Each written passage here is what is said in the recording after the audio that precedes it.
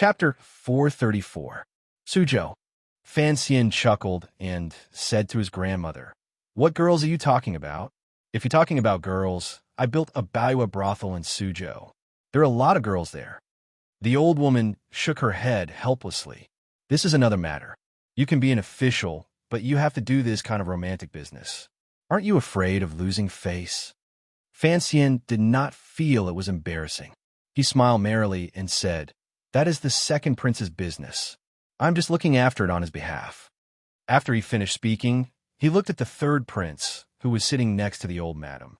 The third prince's little face suddenly showed a look of embarrassment. The Baiwa brothel in the beginning had something to do with this kid. The old woman sighed and said, "Don't keep changing the topic. You know who I'm asking about." Fan Xian fell silent. He knew that his grandmother was asking about Haidang. The matter between him and Haidang had spread throughout the world. His grandmother was not a pure old woman who did not pay attention to outside matters. Of course, she knew the story. However, this matter was problematic. Furthermore, in front of Warner, he really didn't know what to say. He raised his head and smiled warmly. "Grandmother, don't listen to the rumors outside. Haidang is in Jiangnan and is only helping me handle some matters."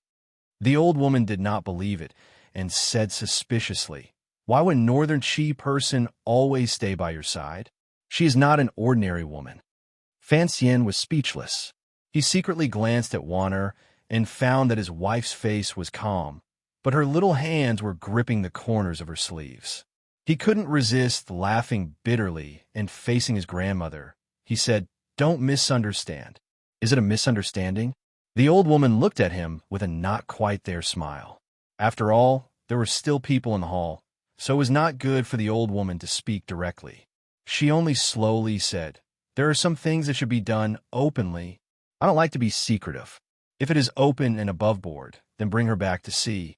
If you don't mean it that way, then be careful. After all, although she is not a Qing person, she is still a girl. How can her reputation be ruined by you so carelessly?" Fan Xian smiled bitterly. "Did you hear that?" said the old lady, staring at him. Fan Xian sighed and nodded. He thought to himself, this matter was not a matter of yes or no. His shamelessness had indeed been seen through by his grandmother at a glance.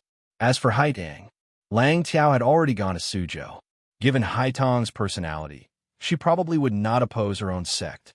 Once she returned to Northern Qi, it would be difficult to see her again. There was no need to go into detail about what would happen next. "I said, Grandma," he said with a bitter face, "I haven't been back for 2 years. Why are you scolding me as soon as we meet? Can't we talk about it later?" The old lady snorted and said, "You still know that you haven't come back for 2 years." She glared at Fan Xian, and the wrinkles on her face gradually smoothed out. Laughing, she scolded, "You're in no hurry to go home after arriving in Danzhou. Where did you run off to earlier? You're already so old, yet you still don't know anything." Fan Xian realized that his grandmother was jealous.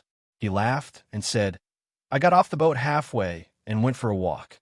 Without waiting for his grandmother to speak, he threw her a glance first. The grandmother and granddaughter had lived together for 16 years. How could they not know each other's hidden thoughts? The old woman coughed lightly and said, "It's getting late. Prepare to start the banquet.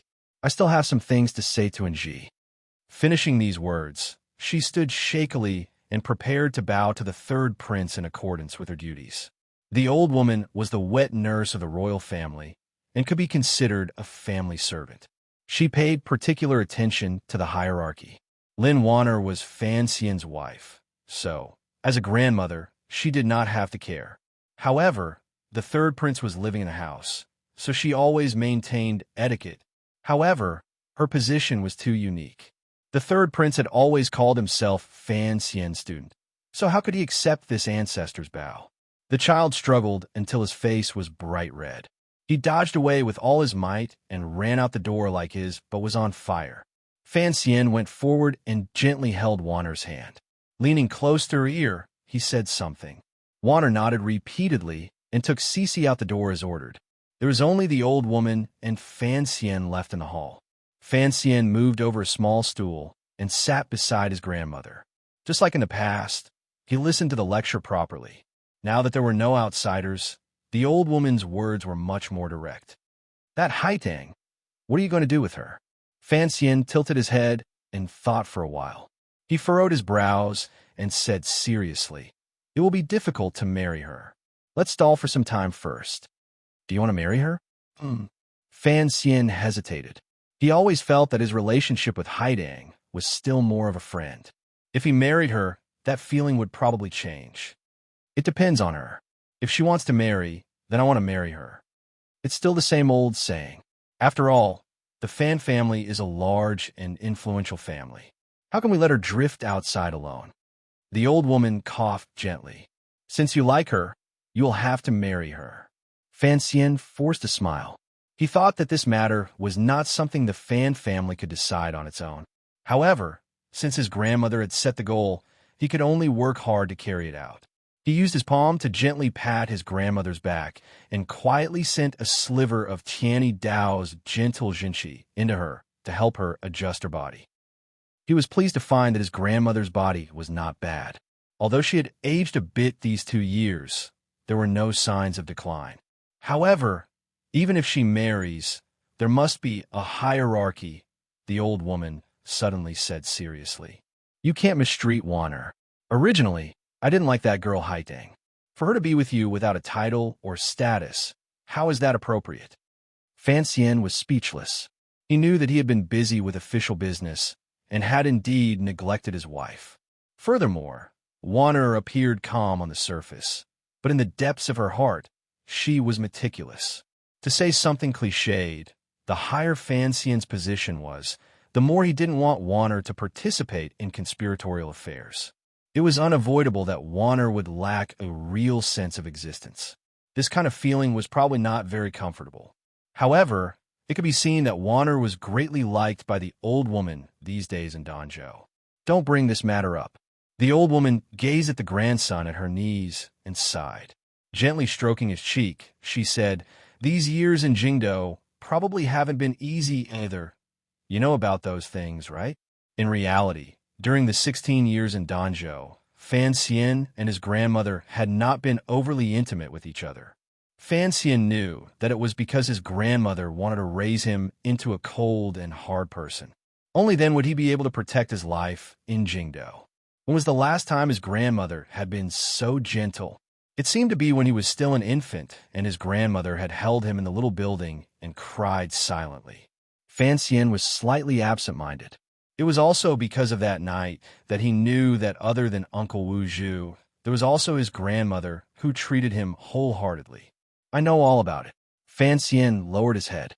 A moment later, he smiled and sighed. The problem of one's birth is always so hard to imagine. The old woman smiled slightly and said, "It's all in the past. I think the emperor still loves you." Fan Xian was silent and didn't reply. His grandmother had raised the Qing emperor. Presumably, deep in her heart, she was proud of this fact. However, it was clear that his grandmother's words did not explain everything.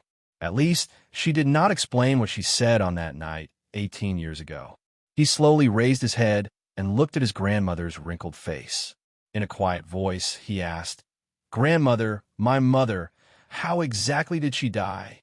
The old woman paused, as if she hadn't thought he would ask this question. After a moment of hesitation, she slowly said, "Your father still hasn't told you?" Fan Xian smiled weakly. "Father has said it, but I still feel that it shouldn't be so simple. Your mother is an extraordinary person." The old woman lovingly patted his cheek. "I believe the emperor has already avenged her. As for whether or not there are any enemies left behind, naturally, those boys will take care of it." Those boys were the ones who had fought every day in King Cheng's manor. Fan Xian smiled. It looked like his grandmother didn't know the details. Perhaps she didn't want to tell him her guesses.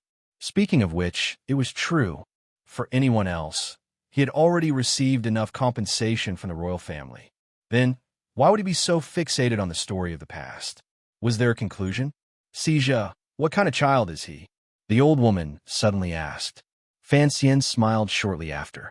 Only now did he remember that ever since his second son was born, he had always lived in Jingdo.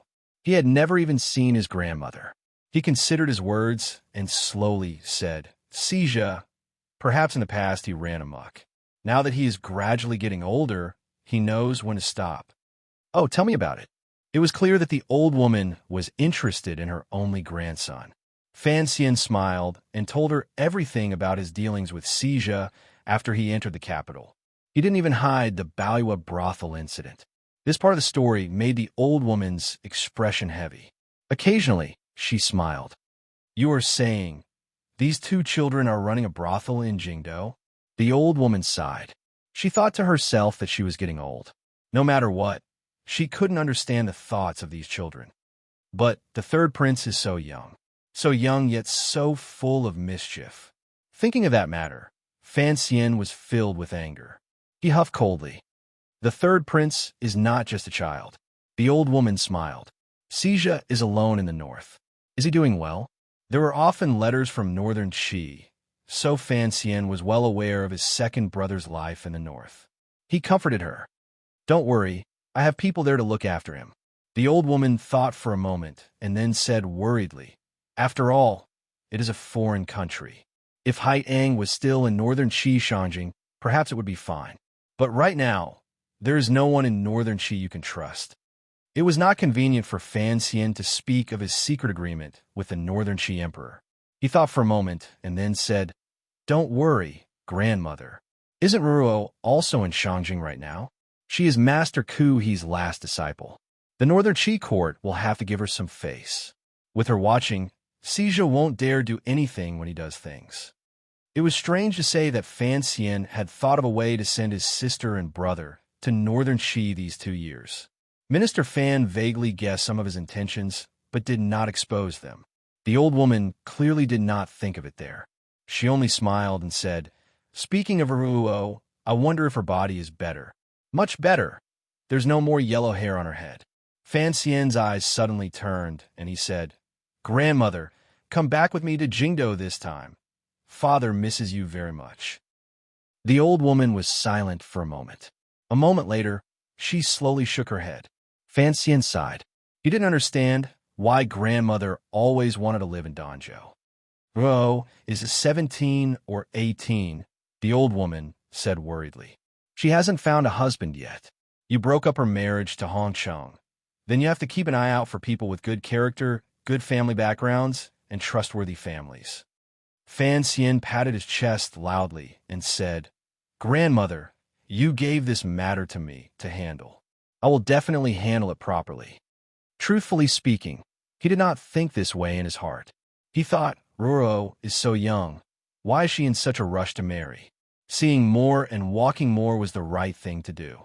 As he thought this, he completely forgot that when he married Wanner, the two of them were actually not much older than children. As a brother, you have done very well. The old woman looked at Fan Xian warmly and said with praise. The countess looked at Fan Xian warmly and said with praise, You have managed it well. The Fan family is blessed. If your brother and sister can become successful, it will all be because of you. Fan Xian's face reddened. He thought to himself, Ruo was so smart that she did not need him to manage her. Seiju's nature had been forcefully twisted by him. In the beginning, it had been for his own benefit. As for his ability, even the shopkeepers of Qingyu Hall had admitted that Seizhu was a genius in business. The conversation between grandmother and grandson, which was kept away from others, came to an end. The old woman hesitantly asked, What about that person? Did he come back this time?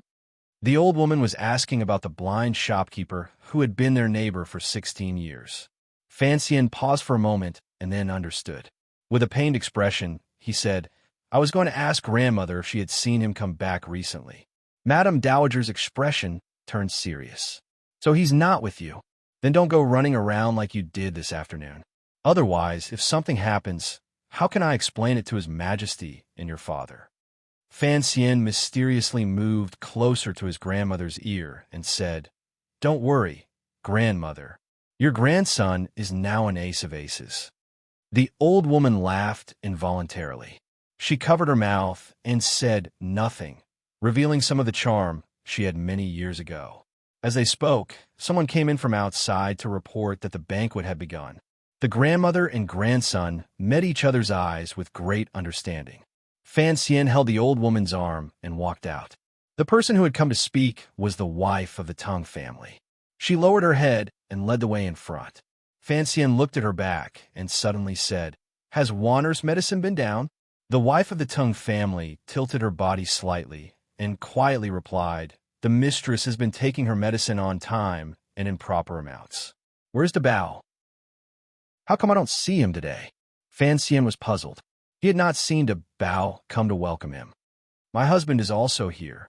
He didn't know you would arrive early, so he is fishing on the ocean with Master Lin," the wife of the Tang family said with a smile. Fan Xian was delighted and said, "Tangda is also here. Have him come see me in a moment." "Yes." The old woman that Fan Xian was supporting suddenly opened her mouth and said, "Wanner has been taking medicine recently. I was curious as to what kind of pill it is. It smells pretty good." Fan Xian was startled. He wondered if he should explain this matter to his grandmother. After thinking for a while, he finally smiled warmly. Lowering his voice to a very low level, he told her about Wanner's body and the matter of the child. The old woman fell silent. Her expression did not seem very good. After a long time, she gently coughed and said, "Sir is the most important. He is still young, so there is no rush." Fan Xian smiled calmly and said, "That is why I like you the most." After the banquet, Fan Xian spoke for a while with Tangda and asked about the current situation in Jingdo, as well as his father and Lady Lu's health. At the same time, he inquired about some Jingdo market news that the Overwatch Council could not easily access. Fan Xian felt a glimmer of tiredness. After dissuading everyone and greeting his grandmother, he took Wanner back to the bedroom. This bedroom still retained the same appearance as it was a few years ago. None of the furnishings had changed. Fan Xian lay on the bed and watched with slanted eyes as Wanner sat by the table and played with the lantern. He listened to Cece prepare hot water outside the compartment. He suddenly opened his mouth and said, "Xiaobao, come here." Wanner turned her head and giggled, but a glimmer of shyness flashed across her face. Glancing outside, she angrily said, "Don't you know to be quieter?" The so-called joy of the boudoir was not all in the matters between a man and a woman. Often it was in the small details. The so-called Xiaobao was the secret signal between Fan Xian and Wanner. Small details, small tricks. Wanner was the Bao's sister, so naturally it was Xiaobao. After washing up, Cece smiled and left the door. Just like in the past in Danzhou, she slept on the small bed in the compartment.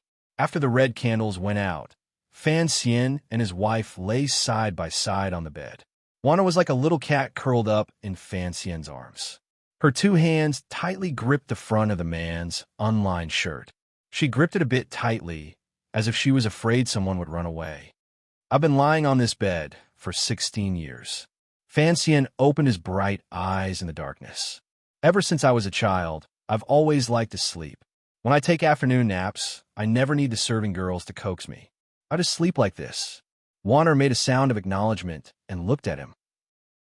Fan Xian lowered his head and gently kissed her plump lips. Indistinctly, he said, "But I always feel like I haven't woken up yet. How did I marry such a good wife like you? Am I dreaming?" Lin Wanner closed her teeth and bit him hard. Staring at him fiercely, she said, "Say what you want to say. It's 2F*King hard to write. I'm going to fail. If you want to know what happens next, please log on to www.cmfu.com. There are more chapters. Support the author. Support the original reading. Chapter 435. Fan Xian felt the pain. With a pained expression, he stuck out the tip of his tongue and licked his broken lips. Suddenly, he found that there was an additional trace of sweetness. Only now did he know that the anger Wanner had been holding back these few days had all exploded in this bite. He chose his words carefully and said, "It's not that I want to say anything else. I just feel that these days have been hard on you." Lin Wanner turned her body in his embrace and said indistinctly, "Hard on me. I don't have time to keep you company," Fan Xian said after thinking for a bit. Fan Xian thought for a bit and said, "Now that my sister and brother have both gone to Northern Qi and Yi Linger is married, it is impossible for Ro Jia to play with you. leaving Jingdo, going down to Jiangnan, and coming to Danzhou. Presumably you don't even have someone by your side to talk to. Before he could finish speaking, Lin Wan-er's large eyes gradually became misty. She sighed softly and said, If you don't have a heart, you know all this. If you do have a heart, how can you bear to treat me like this? Fan Xian's heart grew cold hearing this. He coughed and asked, How have I treated you? Is that all you want to say? Lin Wan-er looked seriously into his eyes. Fan Xian thought for a bit and then nodded. Lin Wan-er smiled coldly and said, You're starting to be shameless again. In the past, I told you in Jingdo that I wouldn't stop you if you wanted to do anything. In any case, the words of a woman do not have much power. I just hope you can be more honest and tell me before anything happens. Even if I am useless now, I am still the eldest daughter-in-law of the Fan family. Some things cannot be hidden from me. What are you talking about? Fan Xian was faintly angry. How can you be so self-pitying? The Wan-er I like is a gentle and mischievous girl. He stopped halfway through his words. On the contrary, it was Wan-er who smiled sweetly and said gently, Why aren't you continuing to lecture me? Fan Xian coughed and said, Regardless of whether you believe me or not, I wasn't planning on saying anything else today. Oh, is that so? Lin Wan-er sighed and said, Then, when are you going to tell me about Haidang? Fan Xian was silent for a moment and then said, It's not the same. It is not the same. After saying this, he hugged Wan-er tightly, who had flipped over in a fit of pique. One hand gently tickled her soft waist. He blew into her ear and said, We've been apart for more than 10 days. What's the point of talking about that? If it had been Haidang or Ruo, who had been influenced by Fan Xian's modern feminism, they would have kicked him off the bed. Although Wan-er had grown up in the royal palace and had a head full of meticulousness and depth, when it came to matters between men and women, she had received the most traditional education. She said in a muffled voice, That girl's identity is different. It is already troublesome, but you still act on your own. In the future, who knows what trouble you will stir up? Fan Xian listened to these words that seemed to admit it, but his heart did not relax. On the contrary, a faint apologetic feeling welled up. People, especially men, would be lying if they said that they did not love someone. But it would be a lie if they said that they would love someone for the rest of their life. Admiring jade on the eastern mountain, watching the sunset on the western mountain, doing different things in different places. No one could deceive themselves or brainwash the world.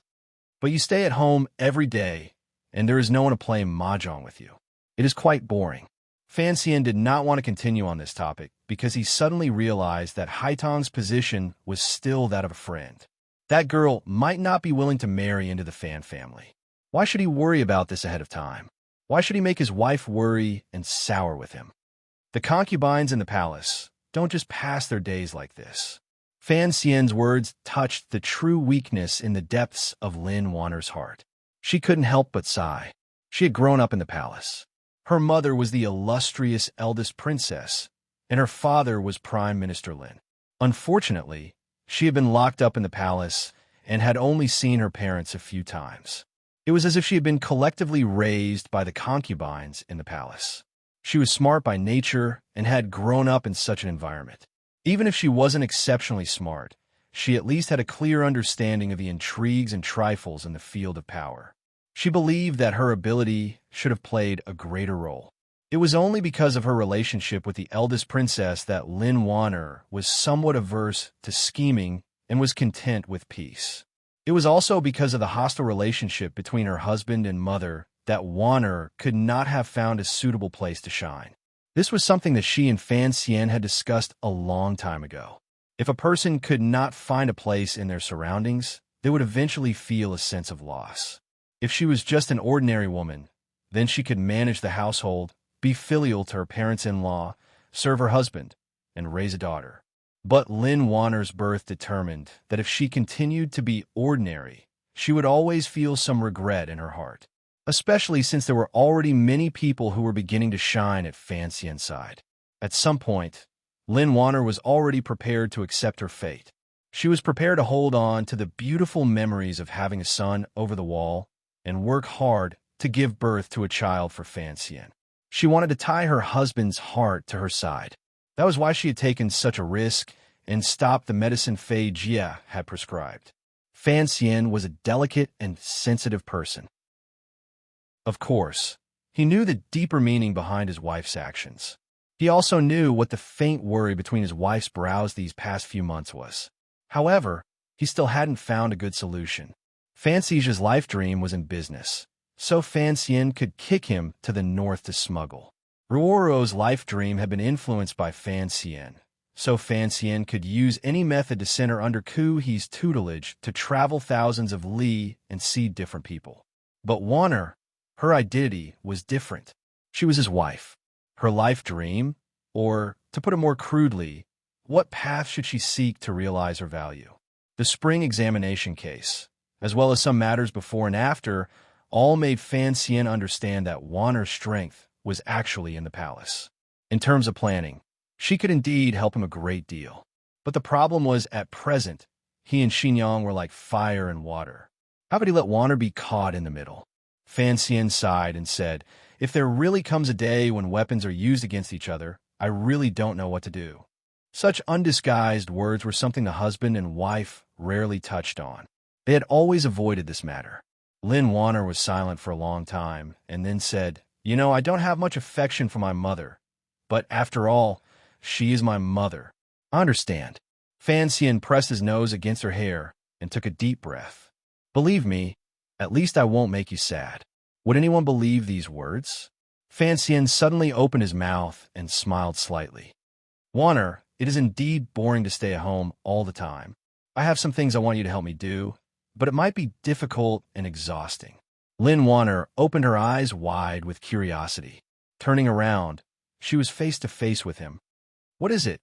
With a soft fragrance in his arms, Fan Xian hugged his wife and couldn't resist rubbing the fullness a few times. Smiling, he said, "You also know that I am a rich person." Of course, Lin Wanner couldn't resist smiling. She turned her hand back and slapped the thief's hand.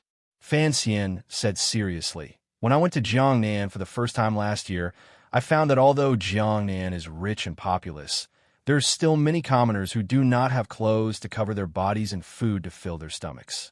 You see, even Jiangnan is like this, much less Jiangbei. There are also the commoners in the middle reaches of the Yangtze who have suffered from floods. They don't know how to survive."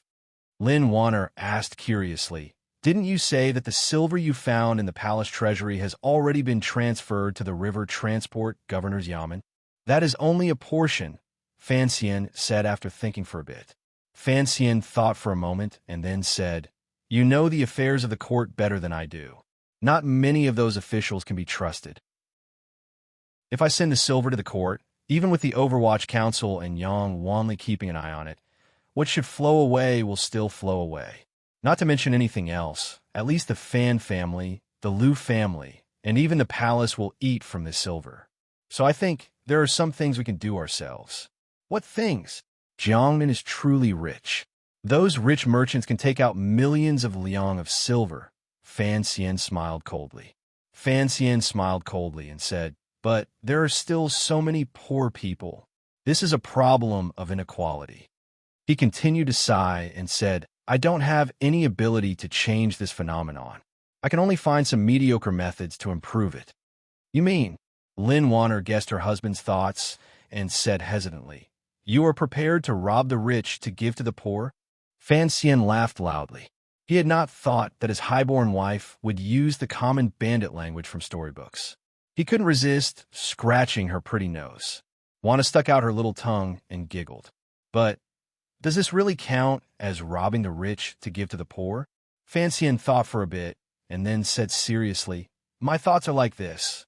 In any case, we've taken so much silver from the palace treasury and officials, so we have to find a way to use it.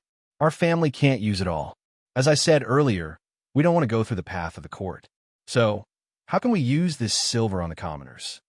Lin Wanner made a sound of acknowledgement and said, "In the past, it was common to open a porridge shop and cultivate good deeds. I remember when I was little, there was a disaster in the north. The commoners fleeing from the famine all surged into Jingdao. A few officials in court asked the emperor to send out troops to suppress it and drive these refugees to the nearby provinces. However, Uncle Emperor did not agree to this suggestion. On the contrary, he removed those officials. At the same time, he opened the royal granaries. That year, when we were giving out porridge, the Empress Dowager even brought a few of us from the palace to hold the spoons. Fan Xian nodded. He had heard this story. The emperor was not stupid and knew how to handle it. He said, just giving out porridge at the last minute is not enough. Cultivating good deeds is also difficult to spread, so I decided to put the silver I earned into a specialized organization and then do good deeds for many years. He lay in the thin blanket and waved his hand. When the poor students have no money, they go to the schools we run to study. When there's no rice to eat, we buy rice and distribute it. When there's no seedlings in spring, we give them. In short, we will do whatever the court has not thought of doing. Lin Wanner looked at his confident expression and also became excited. She immediately forced a smile and said, Idiot, do you know how much silver this will cost? Isn't the silver earned to be spent? Fan Xian smiled and said, In any case, what I earn is the silver of the court and the merchants, and the court and the merchants take the silver from the hands of the common people. What is taken from the people, used for the people. This is the logic. Lin Wanner listened to the words, taking from the people and using it for the people, and couldn't help her eyes lighting up. These words are new, but they make sense. Fan Xian lowered his head and looked at his wife's worshipful expression. For some reason, he thought of last year in the Northern Qi Royal Palace in Shangjing, when the Northern Qi Emperor and Haidang Duo heard him shout, First worry about the worries of the world, then rejoice in the joy of the world. He couldn't help blushing with shame. Unexpectedly, Lin Wanner immediately shook her head seriously. It still won't work. Putting aside the fact that this is a bottomless pit, no matter how much you throw in, you might not be able to fill it. You have to think thrice about the influence of this matter. For the matters of the court to be snatched by you is a taboo. Fan Xian thought for a bit and then suggested, Can I use my name? Lin Wanner glared at him like she was looking an idiot. If I don't use my name, how can such a large scene be set up? It's not like you only want to save the people of a county or a province. If they don't know it's a good deed you're in charge of, won't those local officials rush to take a bite out of this fat piece of meat? So, you have to use your name. Fan Xian thought it made sense. However, he had to use his name and couldn't make the court angry. It was truly difficult. Lin Wanner suddenly opened her mouth and said, What do you think about using the name of the palace to do this? Using the Empress Dowager's name. In any case, we don't need the nobles in the palace to fork out money. We'll fork out the money and let them bear this name. The court will have light, and they will also have face. Presumably, the emperor will also be happy. Fan Xian paused and looked at Lin Wanner without saying anything for a long time. He thought to himself that this was indeed the case. With the nobles in the palace stepping out, it would certainly be much easier to carry out. Then, wasn't this the so-called general benevolent organization he often saw in his previous life? However, the Qing kingdom was just starting out. Presumably, it would be much cruder. However, since there was a beginning, it would improve the lives of the common people. Lin Wanner's interest was piqued, and she continued to suggest ideas. But, no matter how rich you are, you won't be able to afford such torment. I think it's better to help the needy and not the poor. The true focus should still be on reading and disaster relief. The daily things to do. Halfway through her words, she stopped. Fan Xian also stopped. The two of them looked at each other and then laughed at the same time. There was a glimmer of embarrassment and self-mockery in their laughter. Just what should be done to make the people of the Qing kingdom and even the world live better. This pair of husband and wife were both born with golden spoons in their mouths. How could they know the details? It was just a general discussion. If they really wanted to talk about the specifics, they would only go around in circles on reading and serving porridge. After laughing for a while, Fan Xian said seriously, We still have to do it. There will always be people who understand these things. Yang Wanli was born poor. Once the matter of the dike has calmed down, we'll summon him to the capital to talk about it. The reforms of his previous life flashed through his mind. Although the Qing Miao and the like looked bright and fresh, Fan knew he did not have the power to change the general situation. He thought to himself that he could only go so and patch things up. Although it was trivial and couldn't change much, it could at least make the lives of the common people a little better. Even if it was just a little, this matter could still be done. In any case, Fan didn't need to worry about it. He only needed to spend some money. I'll leave this matter to you. Fan looked at Warner with a smile. Warner was startled and said, "How can you leave such an important matter to me?" "If you do it, I'm at ease," Fan said with a smile. "Besides, if we want to get the nobles and ladies in the palace to buy shares, if you don't show up, how can it be done? If the women do it, the risk will be less than if I show up. Don't say you're not willing to do it." Willing? Hearing this, Lynn Warner was endlessly excited. It wasn't easy to have something to do. How could she miss this opportunity? The husband and wife said a few more words and prepared to do it after some time. During this time, Fan couldn't help but say a few beautiful things like, "It is better to teach a man to fish than to teach a man to fish," which shook Warner again and again. The couple talked non-stop and, on the contrary, lost their desire to sleep. "How long have you been preparing for this?" Lynn Warner buried her head in his chest and asked in a humming voice. Fan let the cat out of the bag. "Almost half a year." Lynn Warner looked at Fan pretty face and felt a glimmer of warmth in the depths of her heart. She knew that the majority of the reason Fan was doing this was for her. In reality, in Fan view, he was doing this completely for Warner. However, the husband and wife on the bed had not expected that such an organization that had appeared in the world with a flash of inspiration, because Fan controlled too many resources and relied on Warner's ability, had gradually deviated from their initial ideas and gradually evolved into an organization no one could have predicted. For the world and Fan himself, it had brought many benefits. "Don't put all this silver in one place." Lynn Warner blinked her long eyelashes and said seriously.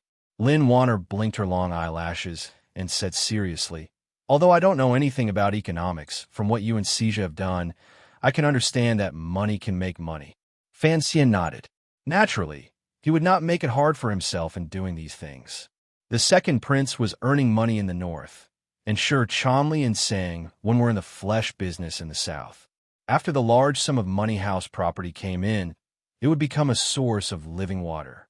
Seeing that Warner had recovered her bright temperament and knew that she was starting to get excited after having something to do, Fan was also very happy in his heart. The matter he had thought about for so long had finally had the desired effect. What made him most happy was that, with this interruption, perhaps those family matters would fade away. Unexpectedly, things did not always go as one wished. Lynn Warner bit her lip and said, "But you still haven't answered me about the matter we talked about earlier." Fan chuckled and pulled her into his embrace affectionately. Vaguely, he said, "Don't worry, there won't be anything like this again." It was still that old saying, who could believe a man's words? As expected, Lynn Warner did not believe it.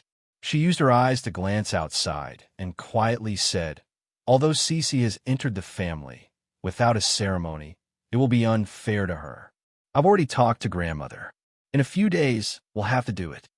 Fan smiled and said, "Do whatever you want.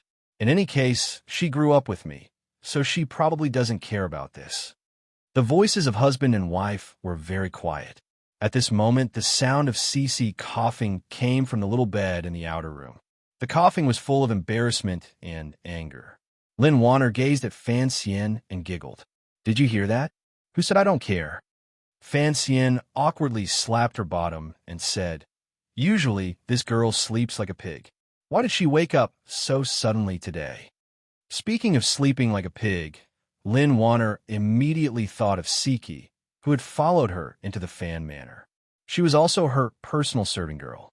Back then, in the courtyard, she had been charmed by Fan every day.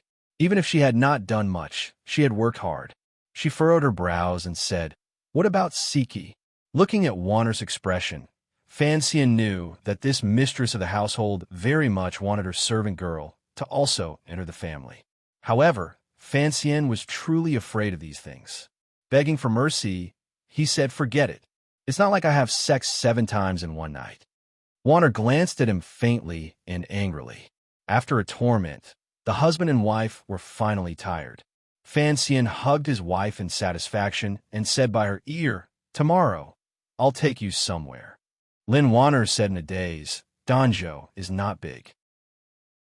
I've already seen it all. Where else do we need to go?" Putting aside Fan Xian and his wife's one-day trip to Danzhou, after returning to Danzhou, they would be busy for a while. Fan Xian had enough to deal with just receiving old acquaintances. How would he find time to play? Additionally, one day, the grandmother finally presided over the matter. Cece, who had had an accident with Fan Xian on the boat, was finally taken into the room without incident. However, Cece was used to serving Fan Xian, so she could not immediately accept this change in role. She appeared confused and at a loss as to what to do. Regarding this, everyone had long been mentally prepared. Cece had grown up with Fan Xian, and their relationship was very good. Many of the servants in the manor still remembered that year. When Fan Xian had stood up for Cece at the age of 12, he had beaten the housekeeper from Jingdo Black and Blue. After the housekeeper was humiliated, he left. However, no news of him was heard afterward. No one knew where he had gone. Furthermore, after Fan Xian went to Jingdo, Danzhou received the news of his marriage. The great ancestor sent Cece to Jingdo. Who didn't know the hidden meaning behind this? Everyone in the Jingdo and Danzhou manors knew that one day, Cece would enter the room. However, after it finally happened, other than congratulating Cece, the serving girls in the Count's manor still couldn't help feeling envious and jealous.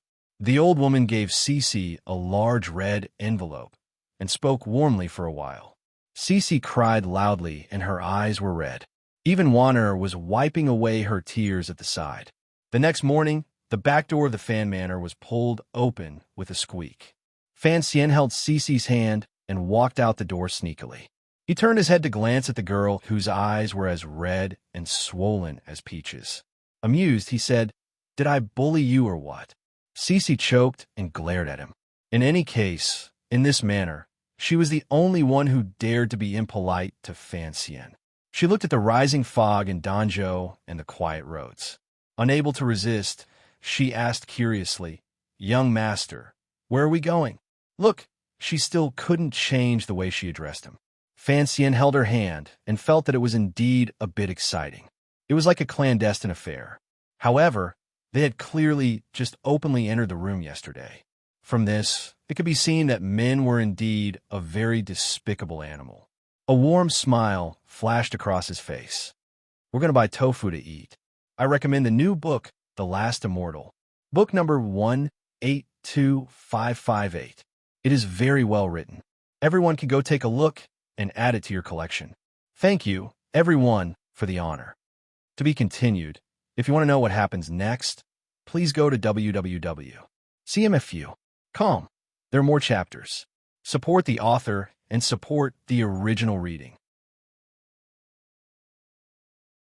Chapter 436. Early in the morning, Danzhou was quiet. Particularly in the area of the Count's manor, there was no extra sound. Danzhou was not large. Living in the city, one could faintly hear the crowing of chickens in the villages outside the city, but the barking of dogs was nothing.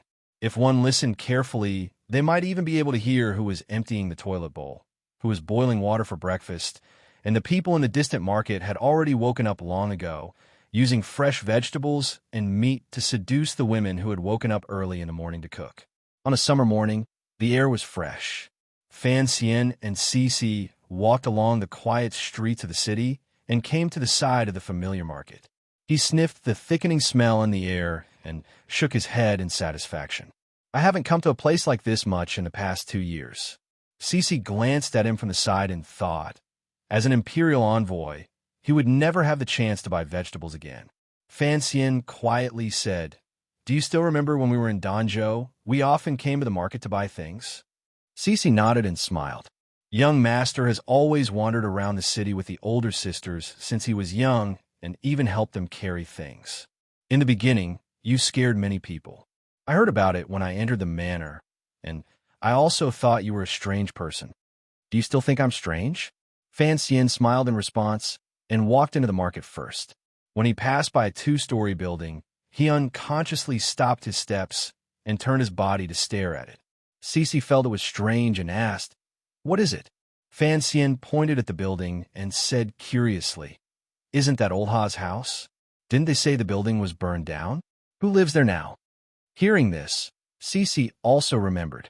She tilted her head and thought for a while. Apologetically, she said, "I've never heard them mention it." Fan Xian gazed at the newly built two-story building in a daze. Old Ha, the vegetable delivery man, and the assassin from the Overwatch Council's Dongshan Road had both died here. After the matter, grandmother had people burn this building down to destroy the bodies and all evidence. The people of Danzhou had no idea the truth of this matter and thought it was just a normal fire. His expression calmed. That was 12 years after he came to this world. It was here that he had killed for the first time. The market was in a hubbub. The fisherman on the sea was pushing a cart, silently comparing the price of the first fish of the day with the fishmongers in the field.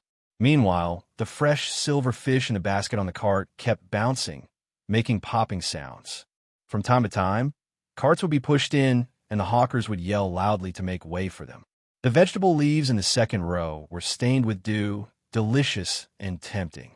On the chicken stall in the compartment, the chickens were cackling along with the stench. In the west corner, a big white pig was letting out its last cry under the butcher's knife. There were already many Danzhou commoners who had come to buy vegetables and food. They had to hurry early to buy the freshest vegetables.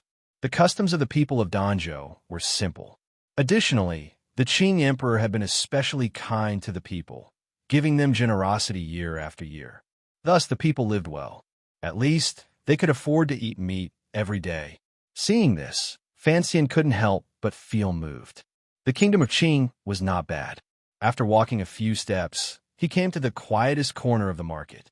Looking at the figure in the distance at the tofu stall, Fan Xian stopped walking. Narrowing his eyes, he looked at the familiar curve of a waist, the young woman's rosy face, and her slightly well-rounded body. He smiled warmly and thought to himself, "I've been carried by her since I was a child, but I still can't get tired of looking at her." Cece looked at the woman and smiled happily. She prepared to run in that direction. Unexpectedly, Fan Xian grabbed her hand. She glanced back with confusion. Fan Xian smiled and said, "Why must we meet? It's fine to look from afar." Looking at Donger's expression, her days should be good. Let's not disturb her. Cece didn't understand. Since she had sneaked out, was she really not going to meet him? Was she just going to stupidly look from afar? The manor gives her a monthly stipend. This is what I want. Fan Xian seemed to be comforting himself. With this money, she should have no problems living. The young woman selling tofu was called Donger. Back in the day, she had been a serving girl in the Count's manor in Danzhou. This woman had begun to carry Fan Xian when she was 10 and had carried him until he was 10. Their relationship was not ordinary. However, by the time Fan Xian was 10, the girl was getting older. Additionally, Fan Xian knew that his future life would be very dangerous. Thus, he found an excuse to chase her out of the manor. He only continued to help her in secret. He liked Donger, so he wanted to arrange a normal and happy life for Donger. However, it seemed that a normal and happy life did not come so easily. Fan Xian and Cece watched for a while. Suddenly, they saw 4 or 5 large men surrounding Donger's tofu stall. They were excitedly talking about something. Fan Xian's eyes narrowed, and a glimmer of coldness flashed across his delicate face.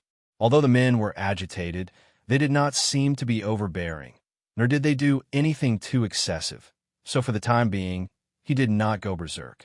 He indicated for Cece to follow him closer to the tofu stall.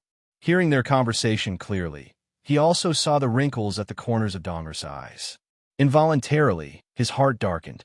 "Donger, it's not that we're forcing you. It's just that this debt has already dragged on for a year. It should be paid, right?" The leading man furrowed his brows and said, "Go ask around. The money we've given you is already the most generous kind. There's no longer such a low interest rate." Donger rubbed her hands helplessly. Her hands had been soaked in tofu water for a long time. They were a little red and rough. She lowered her head and said awkwardly, "Just a few more days. just a few more days. You know that my husband's health hasn't been good this year. His illness has cost a lot of money. The large man glanced at her and suddenly said, I say, Donger, how can you be so unreasonable? Donger raised her head in confusion. The burly man chuckled and said, Let's not talk about anything else. This city deputy, Guan, has always collected the least money from you. Our boss also didn't ask you for a high interest rate. Everyone in the market respects you. Why is that? Isn't it because you came from the Count's manor? Although on the surface you were chased out of the manor, which of us old people in Danzhou doesn't know? The young master of the Fan family loves you the most. When you were little, he always hung out at your tofu stall to play. He cleared his throat and said, We all give young Master Fan face, and no one dares to bully you. But, he suddenly said angrily, this silver isn't much. You could just go to the Count's manor and say a few words to the old madam. Won't she help you? Donger pressed her lips together tightly and refused to say another word. The large man finally couldn't resist and said, Even if you don't dare to go and tell the old madam, everyone now knows about the major matter in the Danzhou government. The young master of the Fan family has already returned to his hometown. He is now an imperial envoy. If he casually takes care of you, your entire family will soar. Why would he care about this silver? Dong suddenly raised her head and said with a resolute expression, Don't disturb the mansion about my matters. I will naturally repay you the money I owe you slowly. Big brother who? Thank you for taking care of me these past 2 years. Dong is very grateful. However, these words clearly had no effect.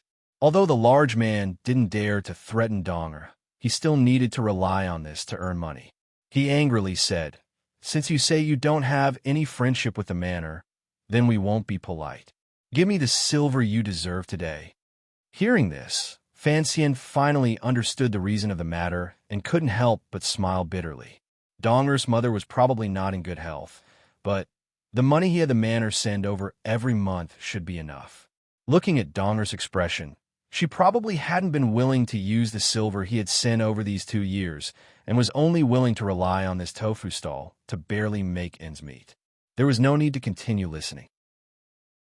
Fan Xian also didn't have the hobby of waiting for the situation to intensify before coming out to be a boss, even though it was clear that he was currently the most powerful boss in Danzhou. He nodded his head at Cece. Cece immediately understood. She took a few quick steps and arrived in front of the tofu stall. Looking at the large men, she calmly asked, How much do you need? The large men were clearly startled by the sudden appearance of this girl. Although Cece didn't deliberately dress up when she went out today, she lived in a wealthy family every day. The clothes and decorations on her body were all luxurious. The large men had sharp eyes and knew that this girl's background was not ordinary. They coughed lightly and respectfully said, It's only 10 liang of silver. As they spoke, the eyes of these burly men floated around the tofu shop. When Donger saw Cece standing in front of her tofu stall, she was already stunned. A moment later, a helpless smile appeared on her flushed face. The leader of the group suddenly glanced at the young master standing behind the tofu shop. Looking at the young master's delicate and pretty face, and then thinking about the background of the tofu shop owner, Donger, and the beautiful lady in front of him, he immediately guessed the young master's identity. He hurriedly added in a trembling voice, It is indeed 10 taels of silver. This interest, I didn't dare to charge it too much. Since Lady Dong is here today, it will naturally be completely waived. Cece's face was full of smiles. She turned her head to glance at Donger and said, Sister, is it this much?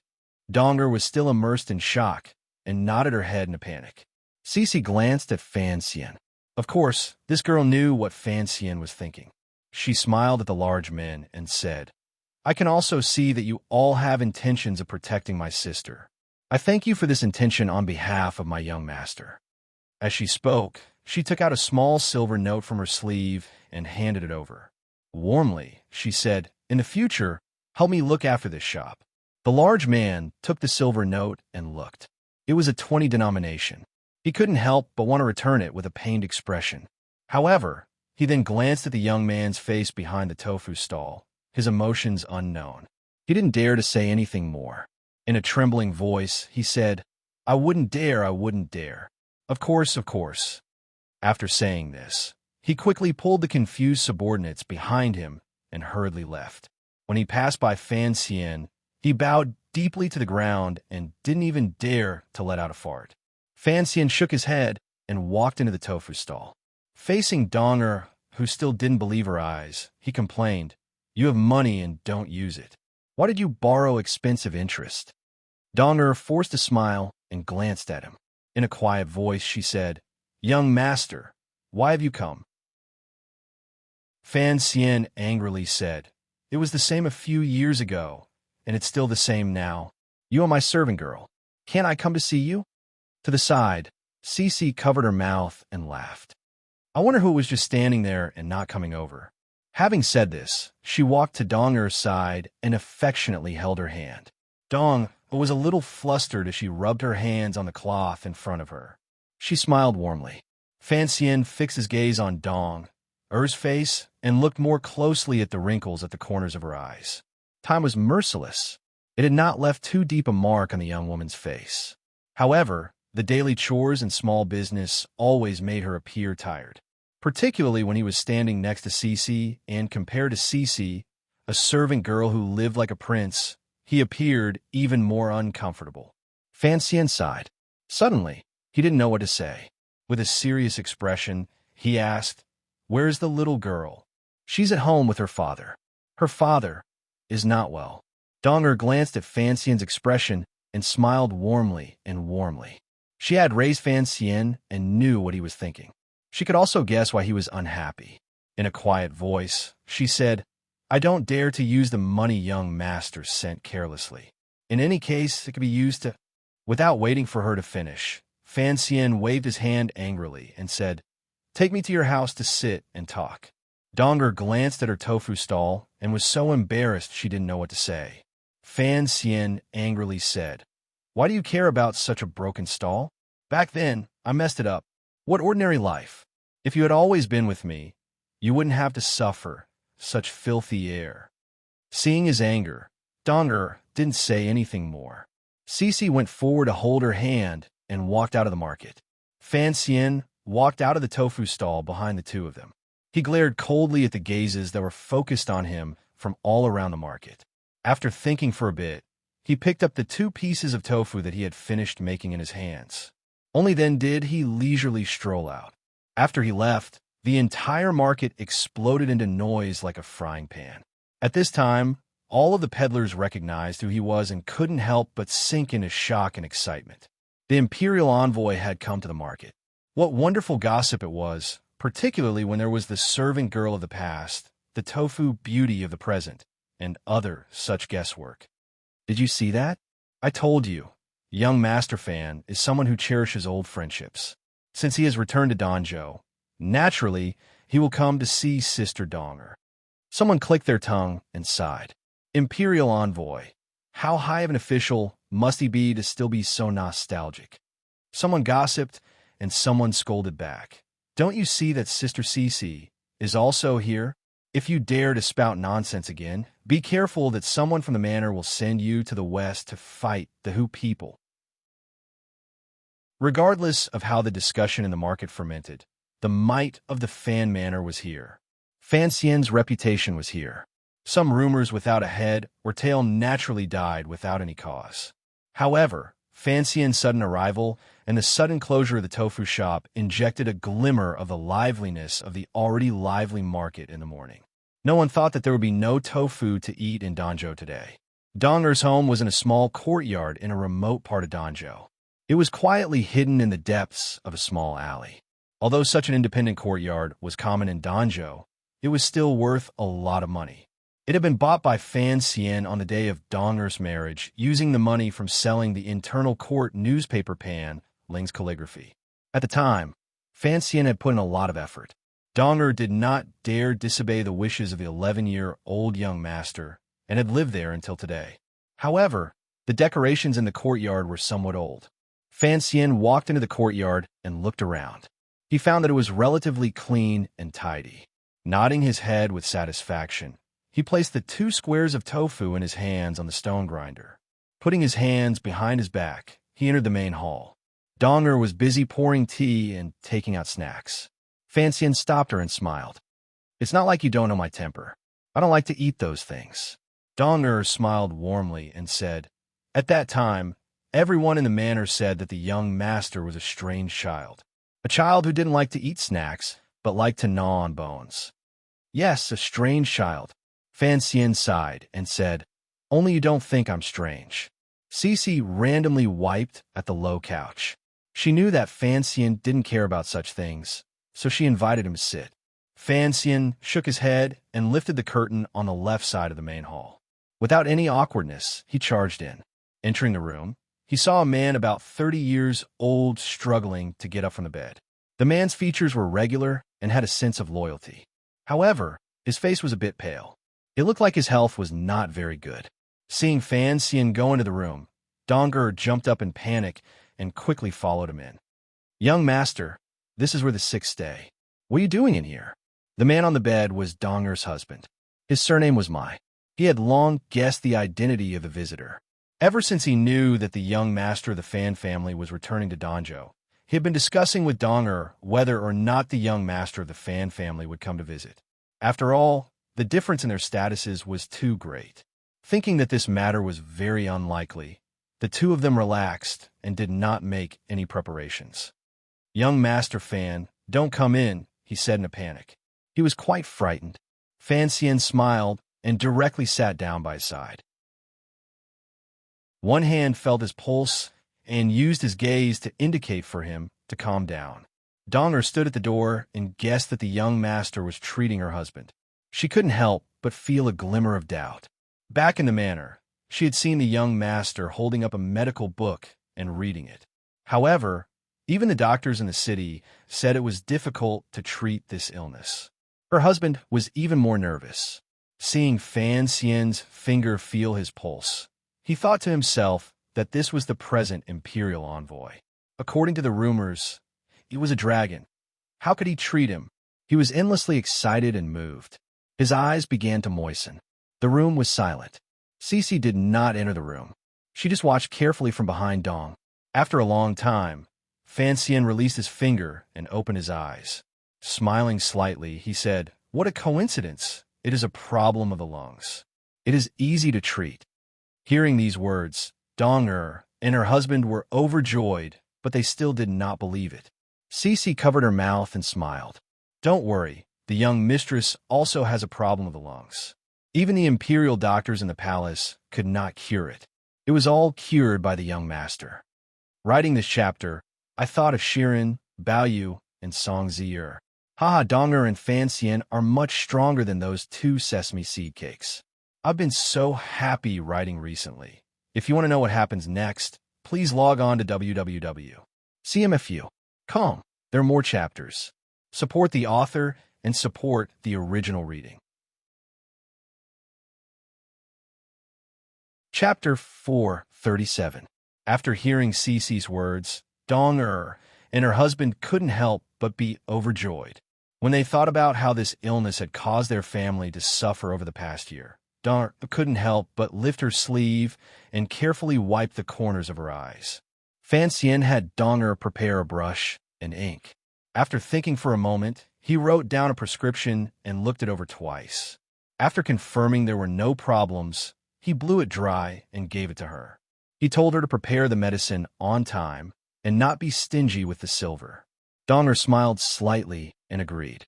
Fanxian looked at her expression and knew that this sister might not listen to his words. He couldn't resist getting angry again and said, "What reason is there for me to make myself suffer?" Donger only smiled gratefully and didn't reply to him. Fanxian was angry. The weather was hot, and Fanxian only wore an unlined garment. He was also in Danjo, so he wasn't worried, so he didn't bring the medicine box with him. He said to Cece, "When we go back tonight, remember to remind me to pick up a few pills." He then turned his head to Donger's husband and said warmly, "My Sheener, you have to take this medicine often. However, I don't think Danjo will have enough medicine. When I return to Jingdo in a few days, your family will come with me. After all, you're the head of the family." I have to ask for your opinion first, and see if there is anything in Donjo that you can't let go of. My Sheener opened his mouth wide and was speechless for a long time. He knew what the young master meant. His family would follow the young master to the capital. How could they have a hard time? But he coughed twice and looked at Dong with an inquiring gaze. Cece watched coldly from the side and couldn't resist smiling slightly. Her young master's personality was like this. When he met a woman close to him, he couldn't be forceful. He also couldn't force Dong to do anything, so he could only act on Brother Mai. How could Dong not know what Fancy meant? She sighed and said, "The young master has written a prescription, so it must be good. I promise you, I will never borrow money again. These years, you have sent home over 100 liang of silver, and I promise you that I will use it all. In Donjo, 100 liang of silver is enough to live a good life. Don't worry." Cece looked at Fan Xian's expression and encouraged him from aside. That pill can't be made even with money. Even if the young master found a medicine shop in Jingdo and made it, would he have time to travel thousands of li to deliver it to you?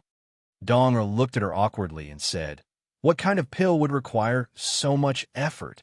To the side, Fan Xian shook his head and said with a smile, "Do you still remember that ugly teacher in a manner?" When Dong heard this, she immediately thought of his messy hair and eyes that shone with green light like those of a hungry wolf. She subconsciously shivered and covered her mouth in disgust. What is Mr. Timothy doing? Back then, we were afraid of him. This medicine was concocted by Mr. Fei. Fan Xian laughed loudly and said, "Although he was born in an ugly family, you should know that he is the famous Sir Fei Jie of the Qin Kingdom." Donger sank into shock. It was not until today that she knew that the teacher who had looked like a pervert had such an important identity. Thinking of the young master's past, she could accept it more easily. Fan Xian turned and smiled slightly at Dong-er's husband. "Prepare to go with me to the capital." Dong-er's husband was loyal and honest, but he did not have his own opinions. Hearing Fan Xian's resolute and decisive words, he unconsciously made a sound of assent. However, Dong-er huffed coldly and glared at him. My Sheener quickly shut his mouth. Looking at this scene, Fan Xian couldn't resist smiling. It looked like in this family, Dong-er was the one with the most power. Rest well and recover. What are you worrying about? Dong-er yelled angrily at her man. Rising, she pulled Fan Xian and Cece out of the bedroom and sat down in the middle of the hall. They drank some tea and chatted a bit. However, no matter how strict Fan Xian was, Dong-er remained stubborn and silent when it came to the suggestion of going to Jingdo. She refused to open her mouth and agree. Fan Xian looked at the woman's expression and couldn't help but sigh.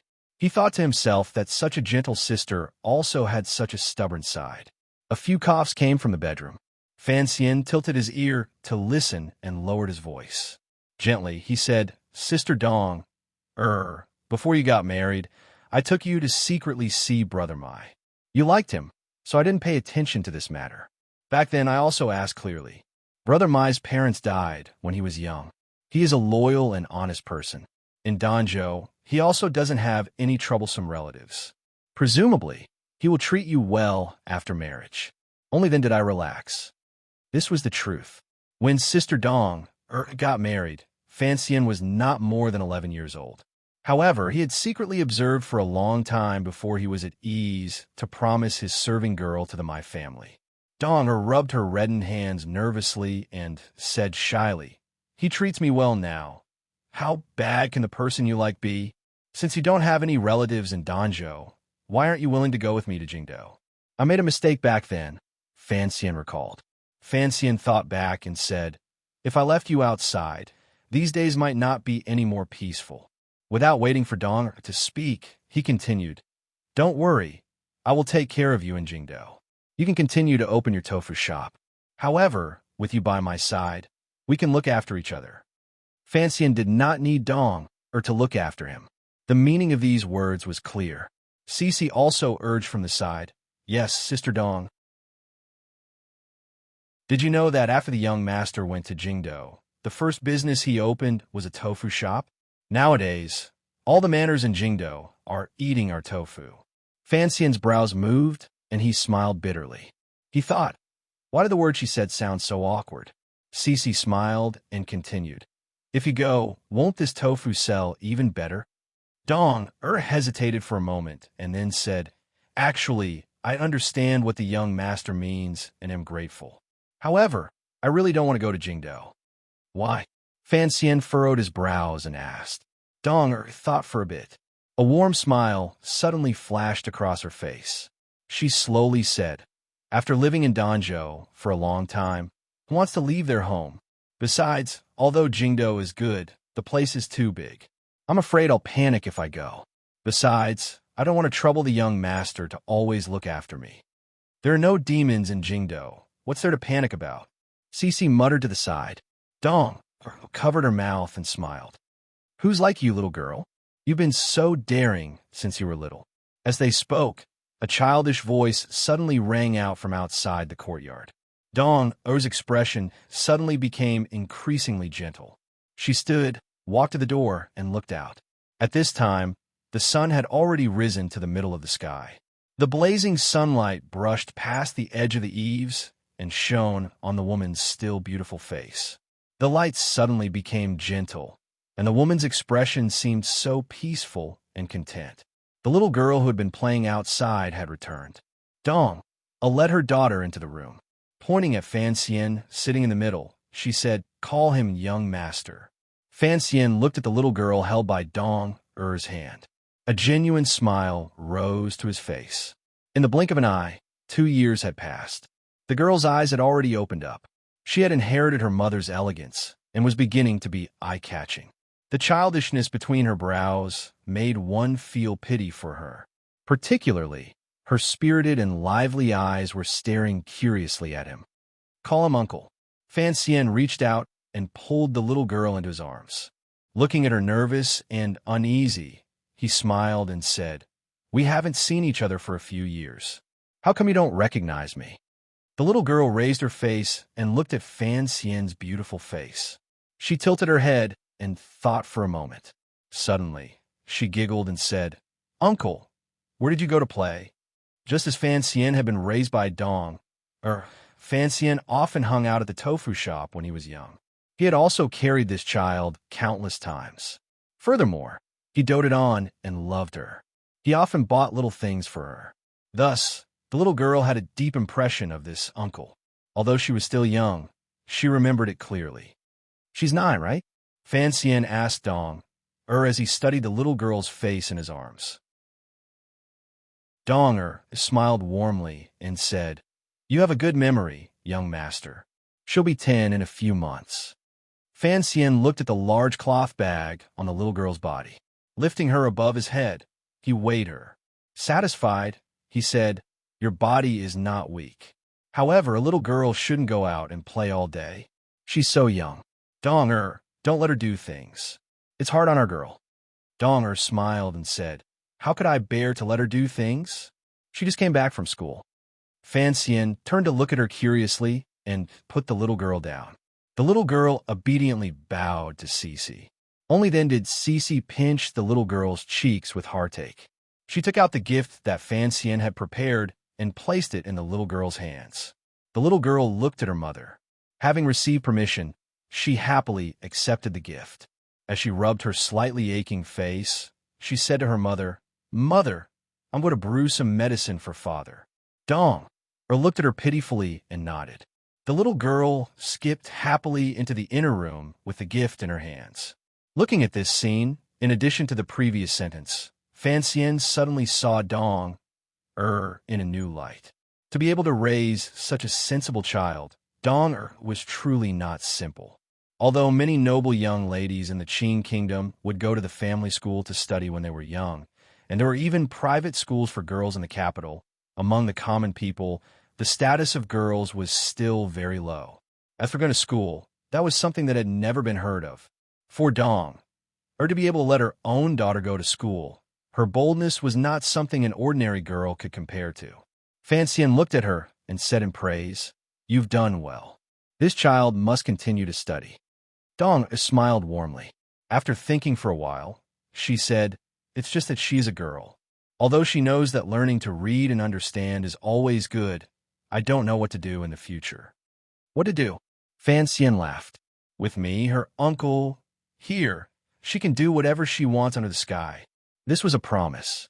Dong was overjoyed, but she knew that the young master did not like her bowing, so she only looked at him gratefully.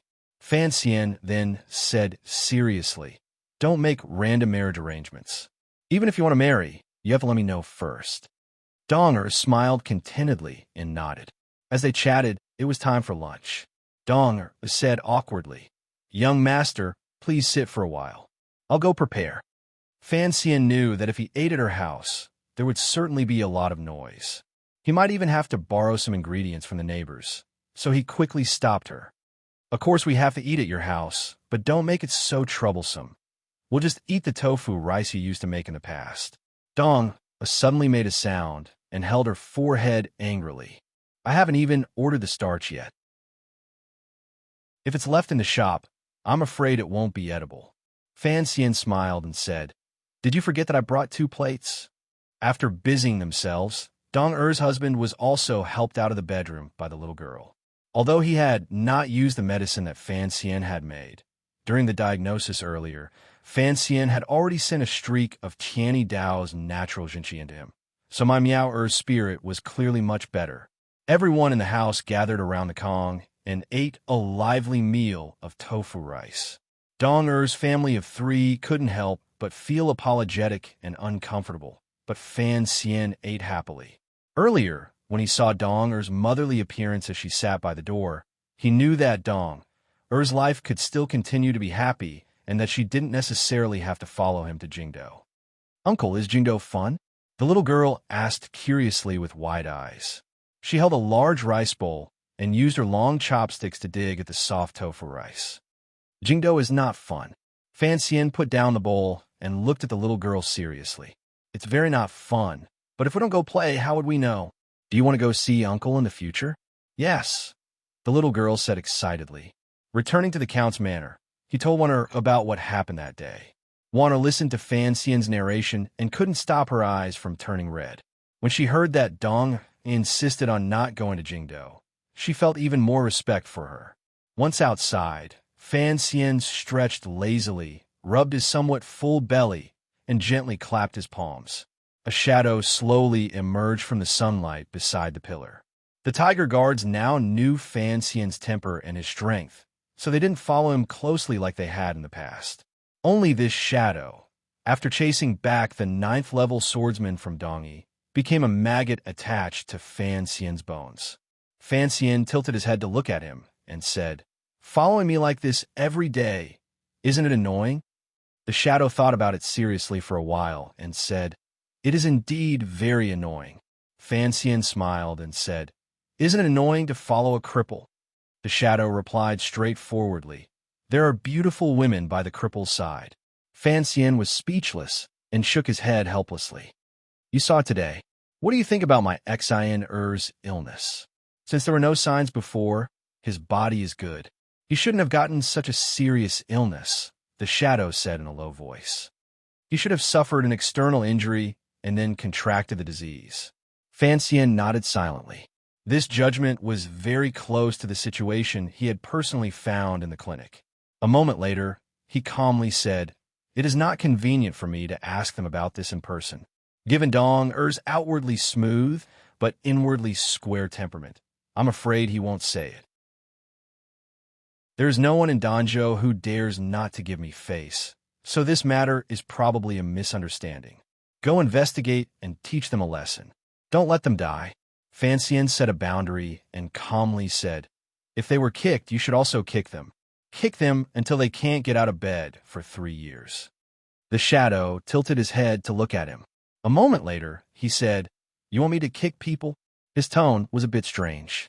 Indeed, this was the leader of the Overwatch Council's assassin gang, the most powerful assassin in the world. Would Fan Xian order him to kick people because of a small matter in a remote province? "You're the best in the world when it comes to killing people." Fan Xian smiled warmly and patted his shoulder. "Presumably your ability to kick people is also not bad. Thank you for your hard work." The shadow had nothing to say and sank back into the darkness. Coming to his grandmother's bedroom, he followed the customs of previous years and properly bowed to greet her.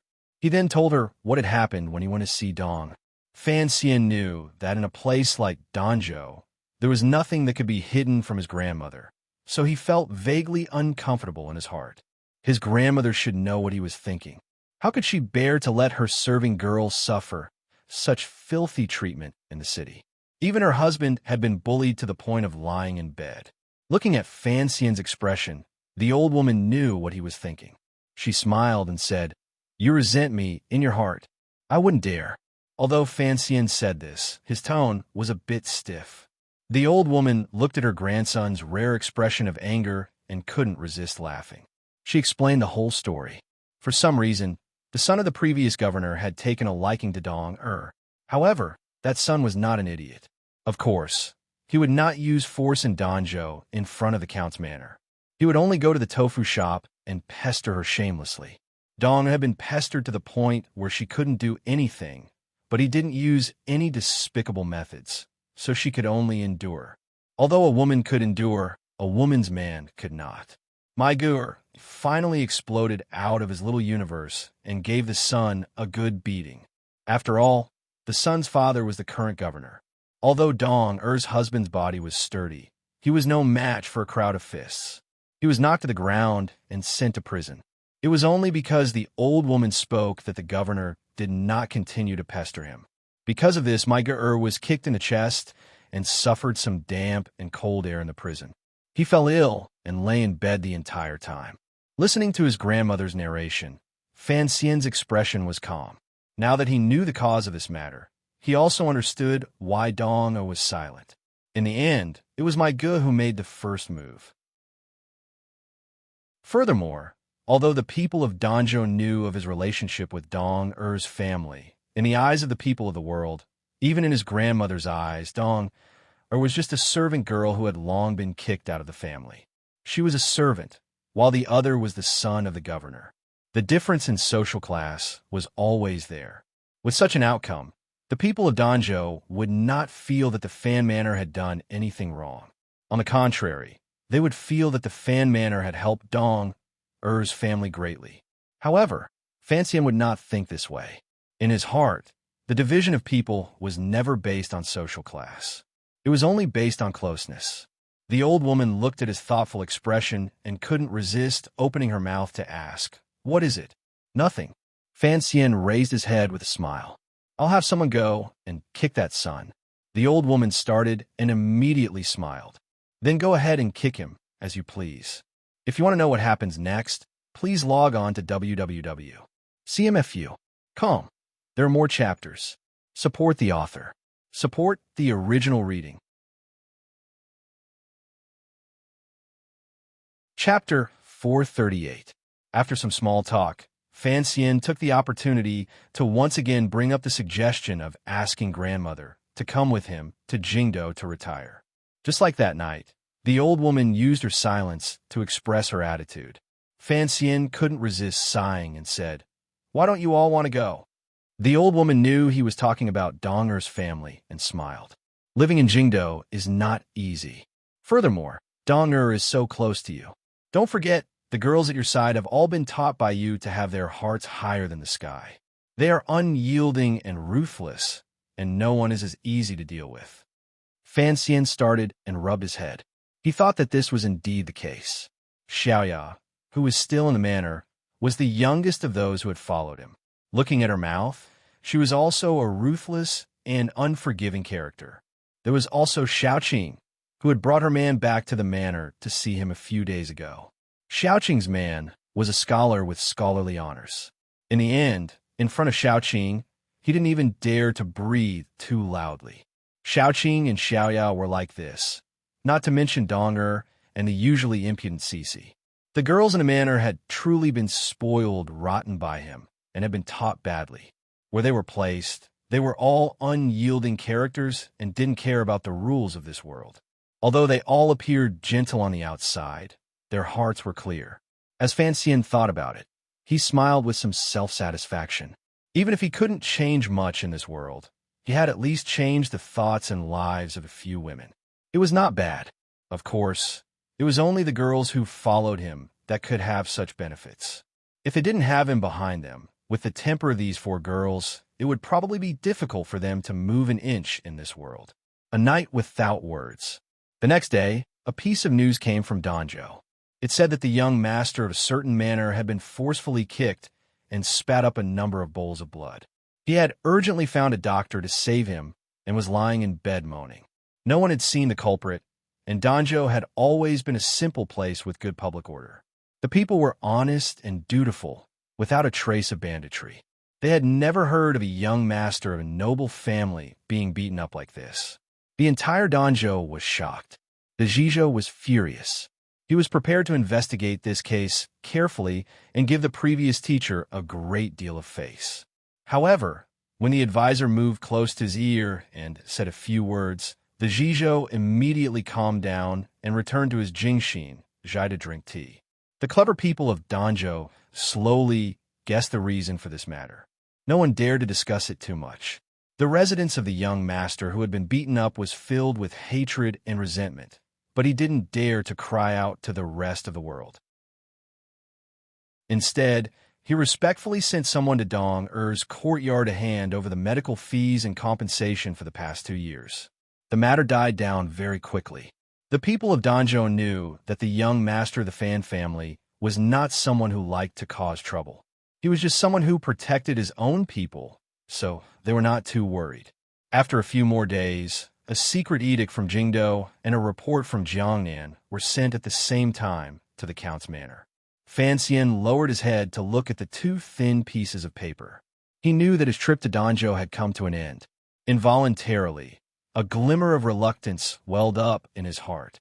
After all, he was the commissioner of the Overwatch Council and an imperial envoy with full power in Jiangnan Road. Furthermore, he was still young and healthy. He could not follow Chun Pingping and hide away in his favorite place to retire. Although Donjo was good, he would eventually have to leave. In the morning of the next day, Tang Zijing took Lin de Bayo and the 3rd prince out to sea to fish again. Fan Xian had finally fulfilled his promise to Wan Er. Holding her little hand, the 2 of them used their slow steps to step on the Donjo soil. Feeling the atmosphere, they carried out an enriching one-day tour of Donjo. After a little disguise, the husband and wife went to the lively market, went to the beach by the pier, looked at the beautiful white birds that Hong Chongqing hated bitterly, squatted at the back door of the Count's mansion, and told stories for a while. Only then did they go to the extremely quiet grocery store. One smiled warmly the entire way and allowed her husband to hold her hand as they walked quickly or slowly. She knew that all of these were Fan Xian's most beautiful memories. He had brought her here today in the hope that she could also share in the most gentle and beautiful part of his heart. The grocery store was quiet. The dust was still thick. The couple were both lazy people, so they couldn't be bothered to clean up. They just stood in the room and looked around, talking about old times. One listened quietly to Fan Xian reminiscing about his childhood with a myriad of emotions. Her heart couldn't help but tremble. She thought that it was not only her life in the royal palace that had been tense and dangerous. Even her husband's childhood, other than happiness, also had many hardships and hardships. Her hand gently held the kitchen knife. Smiling slightly, she said, "Then, I will use this knife to cut the shredded radish for you to drink." Fan Xian smiled happily and nodded his head. Wanner glared at him and said, "Drinking sorghum at such a young age, aren't you afraid of getting drunk to death?" Fan Xian smiled and didn't say anything. Lin Wanner suddenly opened her large eyes and said curiously, "Where's the cliff you practice martial arts on? Is it like the steep slope on Song Mountain? Can you take me there to see?" Fan Xian was startled and said, "That place is dangerous. You can't go up." Lin Wanner made an "oh" sound, but her round face clearly expressed a strong sense of regret. Fan Xian looked at her and suddenly said, "Hold me tightly." Lin Wanner paused for a moment and then chuckled. Her hands passed through Fan Xian's arms and hugged him tightly, just like that night on the bed. She was afraid that he would disappear, and she was even more afraid that he would be immersed in the atmosphere of Donjo. On the precipitous cliff by the Danzhou Sea, Fan Xian and Lin Wan stood hand in hand on the edge of the cliff. A few steps forward was the abyss, the ocean, and the snowflakes. The sea wind blew against their faces. The sun above their heads seemed a bit further away than it did on the ground. It was clear and scattered with a layer of light, but it did not seem very hot. Wan Er's breathing was slightly chaotic. Her face was flushed, but there was a slight fear in her eyes. Being carried up the cliff by Fan Xian was truly the most exciting experience of her life. She didn't know how she had gotten up those wet and slippery cliffs. So, standing at the edge of the cliff, she was actually not afraid. It was as if she was numb. She timidly glanced at Danzhou in the distance and found that even with her eyesight, she couldn't even see the appearance of the private residences clearly. She turned her head and glanced at the calm Fan Xian. In a quiet voice, she said, "In the past, climbing every day?" "Yes," Fan Xian said with a slight smile. "Since I was 6 or 7. I can't remember anymore. In any case, other than me and Uncle, you are the third person to come up here." Lin Wan lowered her head and stuck out her tongue. She knew that this must be Fan Xian's greatest secret, to be able to be brought up by him. A glimmer of sweetness welled up in her heart. Immediately after, there was a glimmer of bitterness. She slowly leaned against Fan Xian's arm and said, "I always felt that my life in the royal palace was hard. Only now do I know that your life is even harder than mine." At such a young age, he was forced to climb mountains. What was it for? Naturally, he was worried that someone would come and kill him. To grow up in such a terrifying environment, what kind of torture was that for the boy back then? Thinking of this, Wan Er felt a glimmer of sympathy for the seemingly incomparably powerful man beside her. Fan Xian smiled slightly and said, "What is so hard about it? If you don't want to die, you have to work harder. Actually, compared to other people in this world, you and I are already people who have been soaked in a secret jar. Don't say it's hard lightly. At least we don't have to worry about whether we'll have food to eat, clothes to wear, or whether our parents will sell us to a brothel, to be a prostitute or a teapot." Wan Er listened calmly to the side. The carefree energy on the surface is all faked. Fan Xian looked at the golden light on the surface of the sea in a daze. "Actually, you should know that I can be said to be the person who lives the most attentively, the hardest, and the most diligent in this world." Wan Er nodded. Even during the years in the Tsang Mountains after his marriage, Fan Xian did not forget to cultivate twice a day. Given Fan Xian's present realm and power, he did not need to be so diligent. People often only saw Sir Fan Jr.'s bright and beautiful side. They had no idea how much sweat and effort he had put into this side. "I've been like this since I was very young," Fan Xian slowly said. "No one understands why I treat myself so harshly." Wan only understood one thing, so she listened quietly to him. Fan Xian paused for a moment and slowly closed his eyes. Facing the Danzhou Sea breeze, he quietly said, "In reality, the reason is very simple. I don't want to die. I don't want to die. Just like what I often said when I was young. Only when drunk will I know the strength of life. Only after death will I know the weight of life. A person who has never died will never know how terrifying death is. I want to live on in this world, so I have to be ruthless. I have to make myself strong. And you don't know, when you're used to lying on the bed and can't move a finger, even if you want to torture yourself, suddenly, the heavens give you a chance to torture yourself. You'll be extremely grateful to the heavens, and you'll be intoxicated by it." Fan Xian was intoxicated in the memories of his 2 lives. Wan Er, who was by his side, couldn't understand it all. She looked at his delicate and handsome face with a sense of maturity and vicissitudes that completely did not match his age. Her heart was moved and grieved. She felt that her heart followed Fan Xian's heart and surged with an indescribable and indescribable sorrow. Wan Er's eyes were slightly wet. With some difficulty, she stood on her tiptoes and gripped the corner of her sleeve to help Fan Xian wipe the corner of his eyes. The trip back to Danzhou to visit relatives ended like this. However, before he left, Fan Xian gathered in the old lady's study and muttered to her for a long time about the news from Jingdou. These two, who appear to be the most gentle but were actually the coldest, carried out a serious conversation.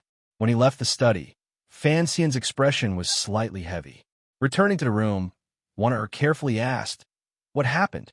"Nothing big." Fan Xian thought for a moment and then calmly said, "It is natural for the imperial censors to send a letter. I am an imperial envoy of Jiangnan Road. Running to Danzhou to play is certainly an eyesore to many people. More importantly, I heard some news that is not very comfortable." "What news?" Wanner saw a rare glimmer of annoyance appear on her husband's face and couldn't resist smiling.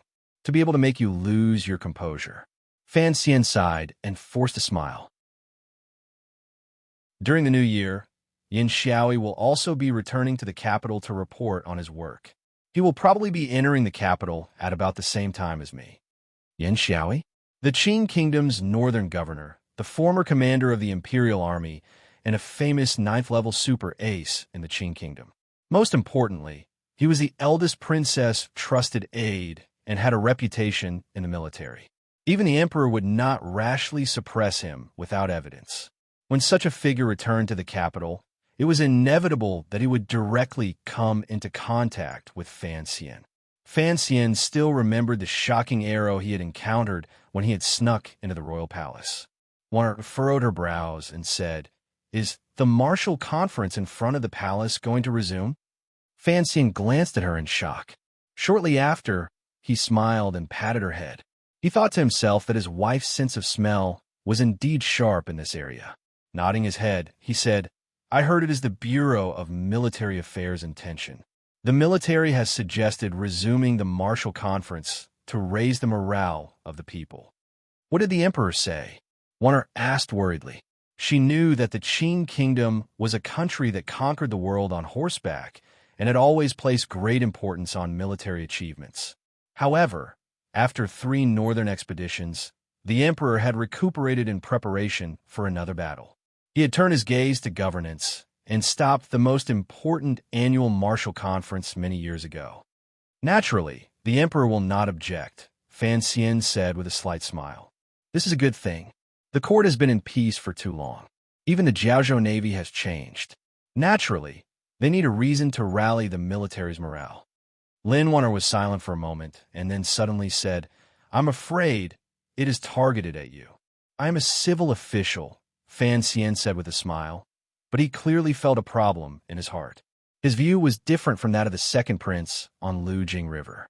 The second prince always thought that the emperor had Fan Xian handle the Jiaozhou Navy matter because he had loosened his mouth to let Fan Xian come into contact with and familiarize himself with military affairs. However, Fan Xian thought that his unyielding father was thinking the opposite problem. He had killed Chang Kuan and secretly harmed Deng Xiaobo. Regardless of the faction in the military, the commanders and generals probably all held a grudge against him. The emperor still did not want the commissioner of the Overwatch Council to gently touch military power. Warner looked at him and sighed.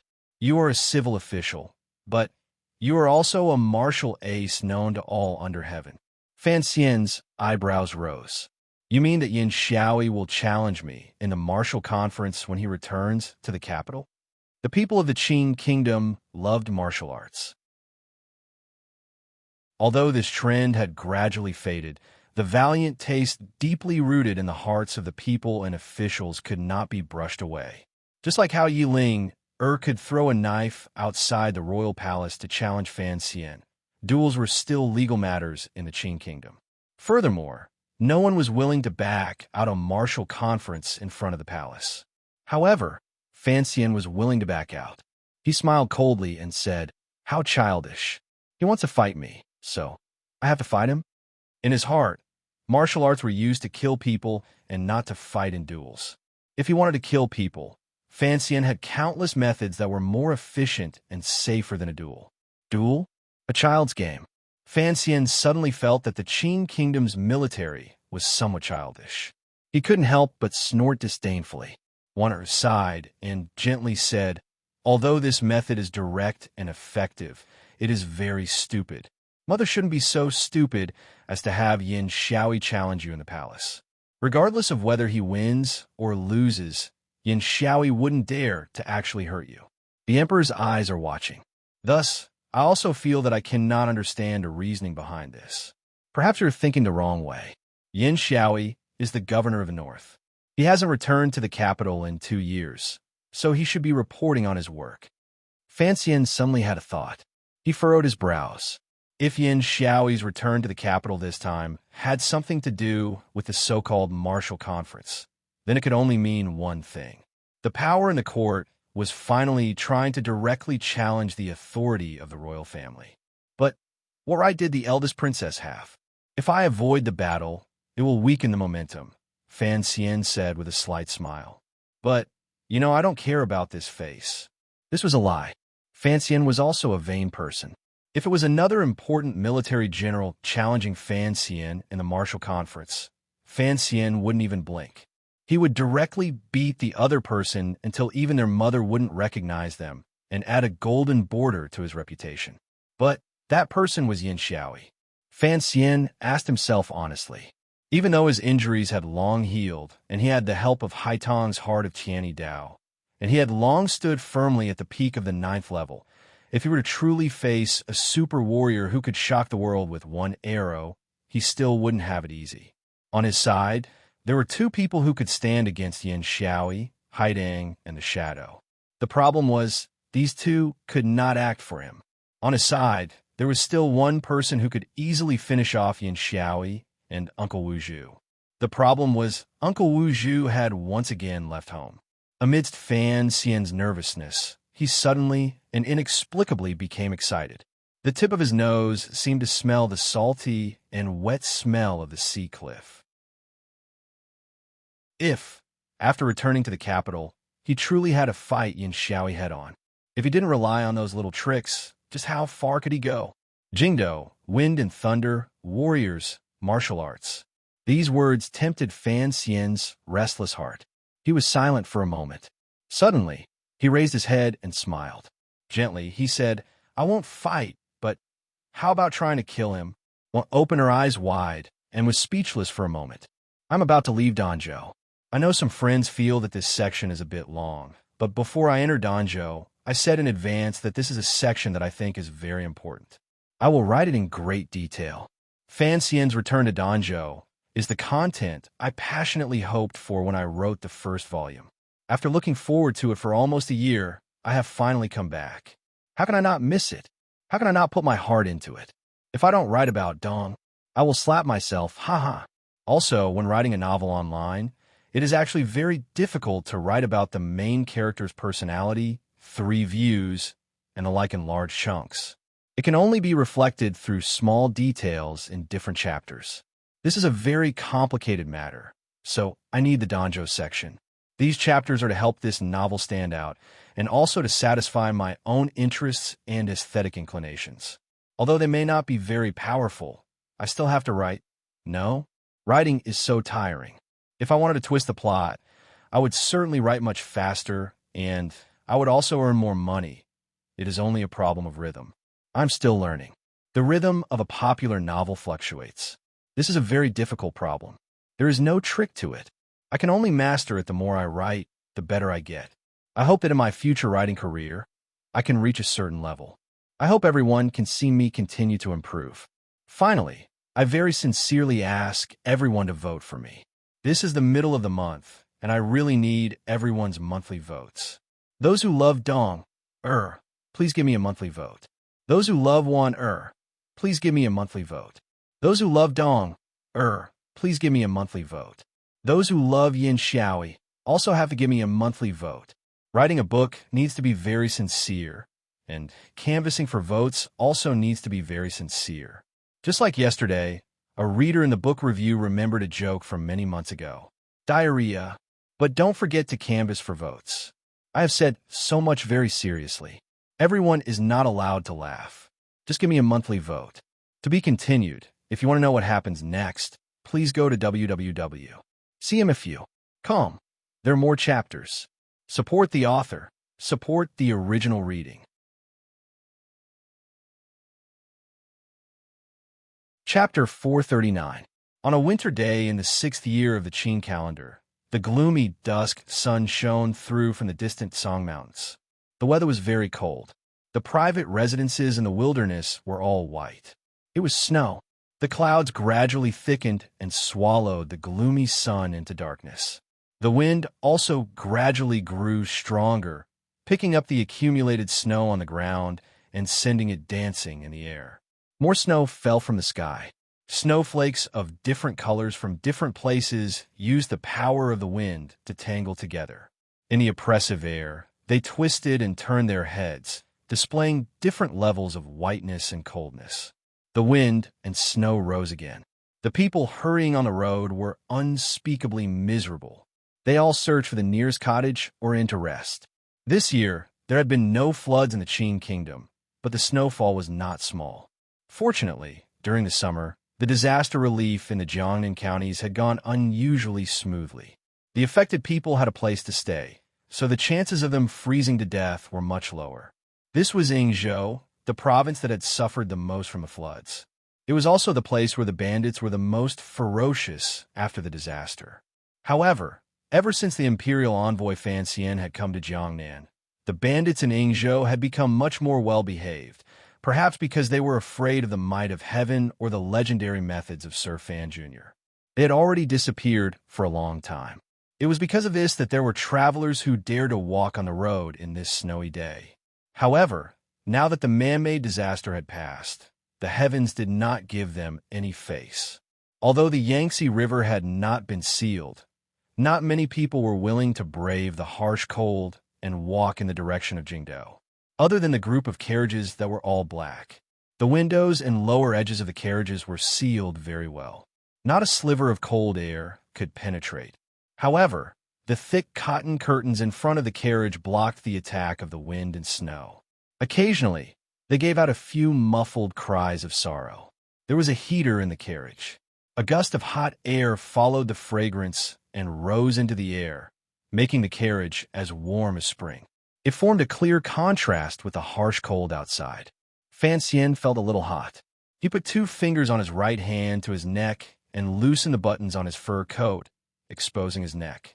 He took 2 deep breaths and put down the file in his hands. He squinted and looked out of the carriage. Outside the carriage was a vast expanse of whiteness. The houses of Songshan village, the winter fields and ponds were all covered in snow, frozen into ice mirrors. The scene of the flood that they saw when they passed by this place in the past was no longer visible. The people who died in the flood had long been buried. Perhaps their white bones were still trembling in the depths of the snow. In the distance was a row of simple and crude houses. It could be seen that the materials used to build them were not very sturdy and could not keep out the cold. Looking at the spots of firelight and warmth seeping out from inside, Fan Xian nodded his head with satisfaction. As long as there was firewood for the stove, it was fine. Although the commoners lived hard lives, they could endure it. A little warmth could protect them through this harsh winter. Let's find a place to rest.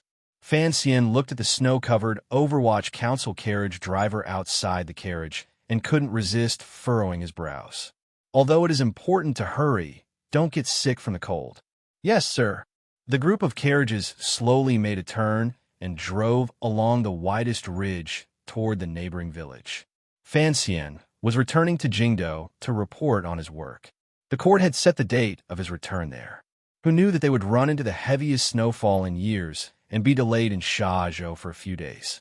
Time suddenly became tight. Thus, the subordinates of the Overwatch Council followed his wishes and changed carriages in Shazhou to travel along the road against the wind and snow. When they entered the village, a local Li Zheng had already rushed over to welcome them.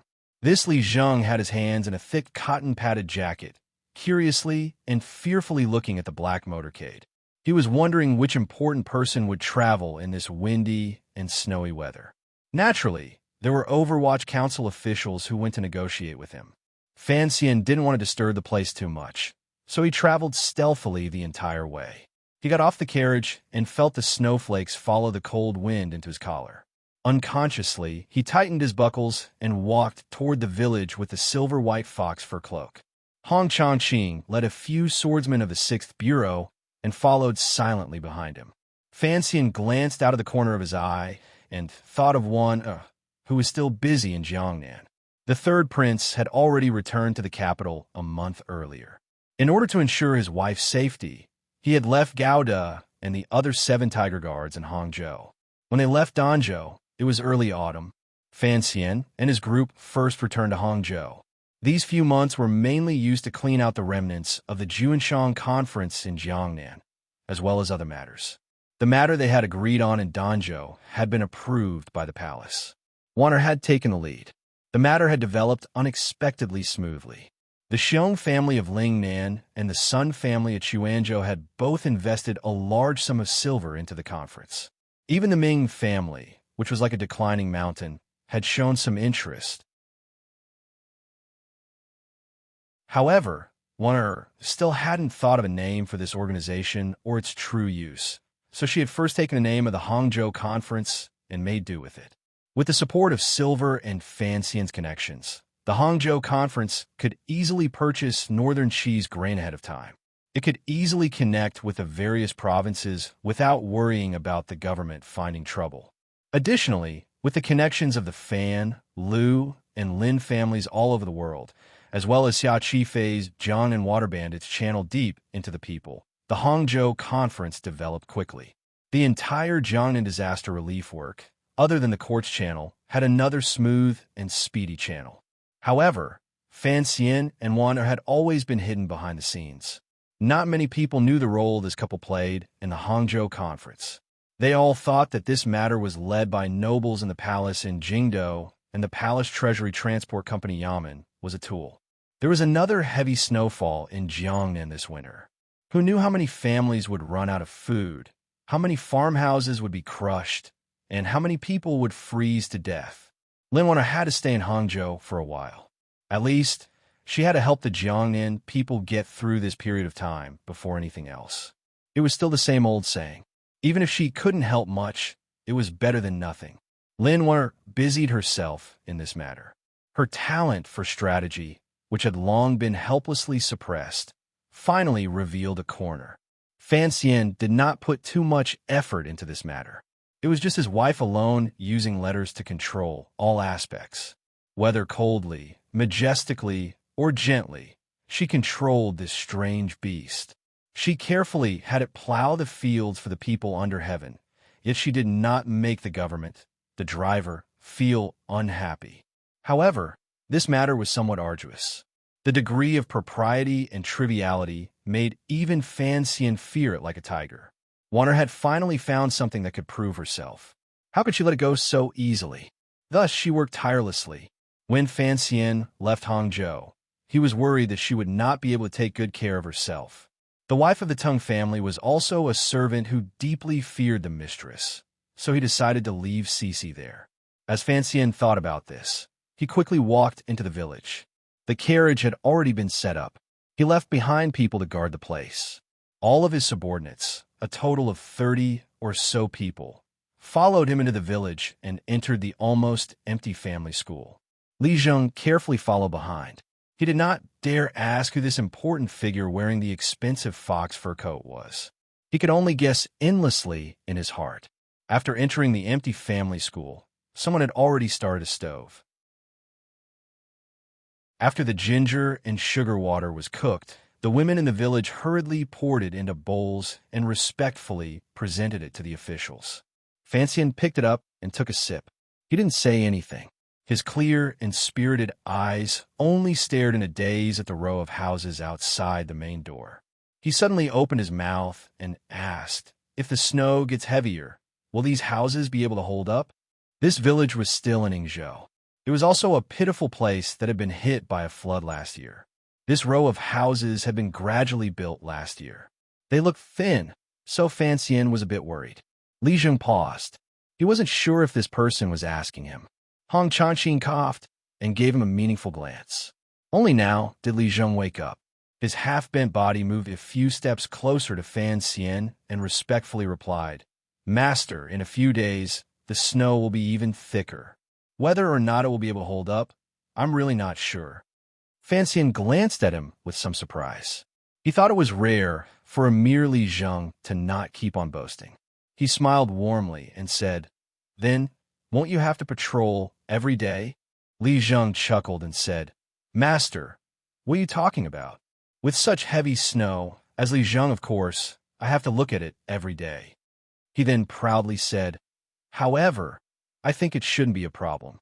Don't look at these houses as unremarkable. They were designed by the master craftsmen of the palace treasury. I heard that the 3 large workshops all live in these kinds of houses.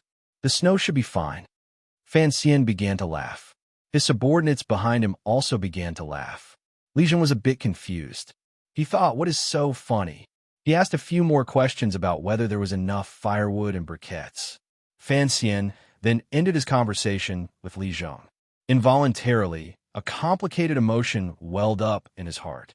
The power of the Qin kingdom was indeed powerful. As long as it was operated properly, it would not be a problem to ensure these commoners a normal life. As for himself, he seemed to be gradually getting used to the feeling of being a powerful official. Although he was just passing by, he couldn't resist asking a few more questions. Powerful official? Fan Xian sighed and walked to the door of the school. Narrowing his eyes, he looked at the darkening sky outside, the colder wind, the heavier and heavier snow, and the deeper and deeper cold. His thoughts floated to another place. The first time he thought he should be a powerful official in this life was when he said it to his father. The second time was when he was drunk in Shangjing in northern Qi. Haidang left. When Lang Qiao brought the northern Qi diplomatic group to Suzhou, Fan Xian knew that Haidang would certainly follow her brother-disciple back to northern Qi. For one, it was the northern Qi Empress Dowager's edict. For another, Haidang couldn't find any excuse to convince herself to stay. She was the saint girl of northern Qi, not the Qing kingdom's princess. What right did she have to live in the Fan family's Hua garden every day? Furthermore, her most important mission in coming south was to help the northern Qi emperor monitor Fan Xian's performance of the secret agreement. Given her relationship with Fan Xian, it seemed that even the northern Qi emperor had a headache. Naturally, he would follow the Empress Dowager's wishes and summon this disciple aunt back. Fan Xian did not see that scene with his own eyes, but it was as if he could always see it in his mind. That flowery dress, that village girl, swaying her body, carrying a basket, and leaving Suzhou at ease. She didn't even turn her head to look. Although Haitang had left, Fan Xian's agreement with northern Qi continued to progress steadily. The smuggling along the North Road had already entered a stable stage under Fan Xizha and Xia Qifei's North and South cooperation. The channels between the two sides had already been opened. Goods produced by the palace treasury flowed endlessly into northern Qi territory. The price was much cheaper than on the market.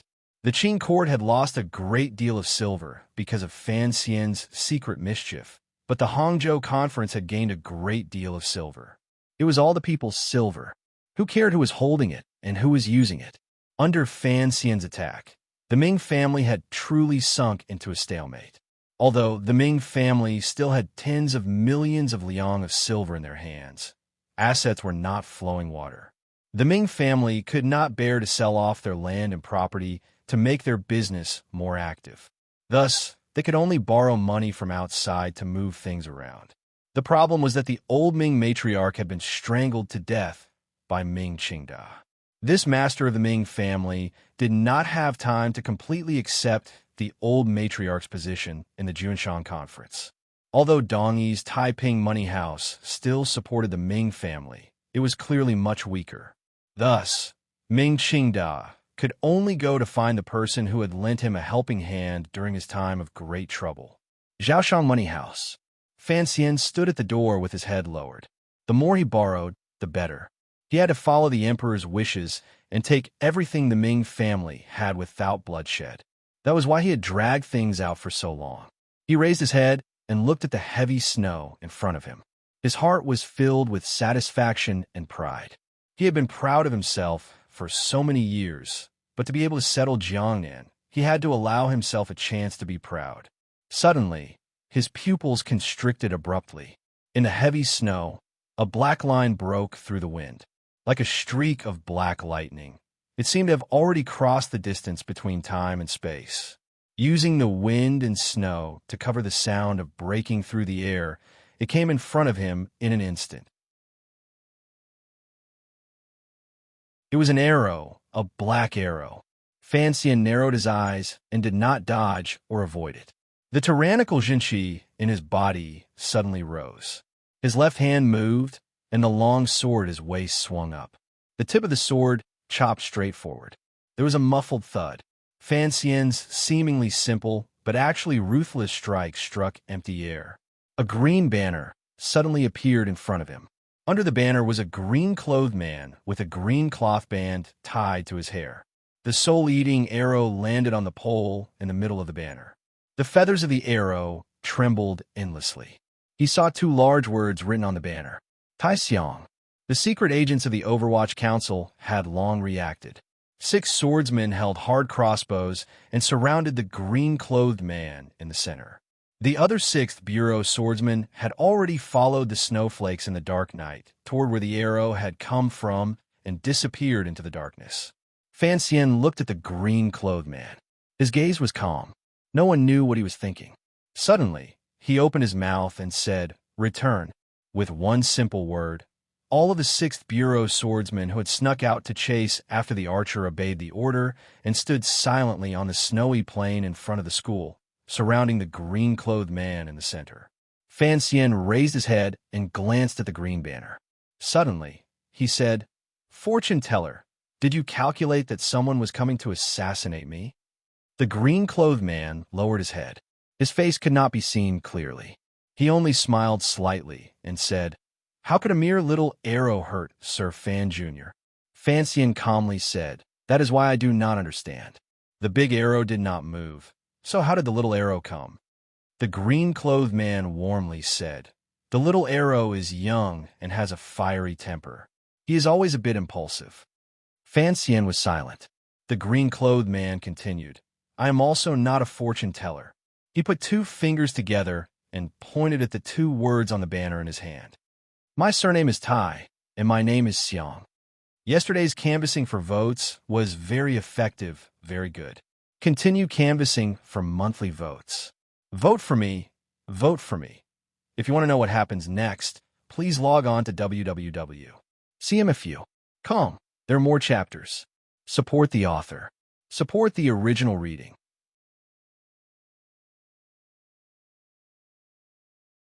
Chapter 440. Tai Xiong. Fanxian's eyes glanced at the green banner and narrowed his eyes slightly. With a wave of his sleeves, he walked back into the school, coldly leaving the green-clothed man outside the room. The swordsmen of the 6th Bureau of the Overwatch Council glanced warily at the green-clothed man and also retreated into the room. Although they didn't know why the commissioner had stopped them from chasing after the archer, the council's orders were like a mountain. No one dared to raise any objections. The green-clothed man tilted his head slightly and held the green banner in his hand. He seemed to be startled.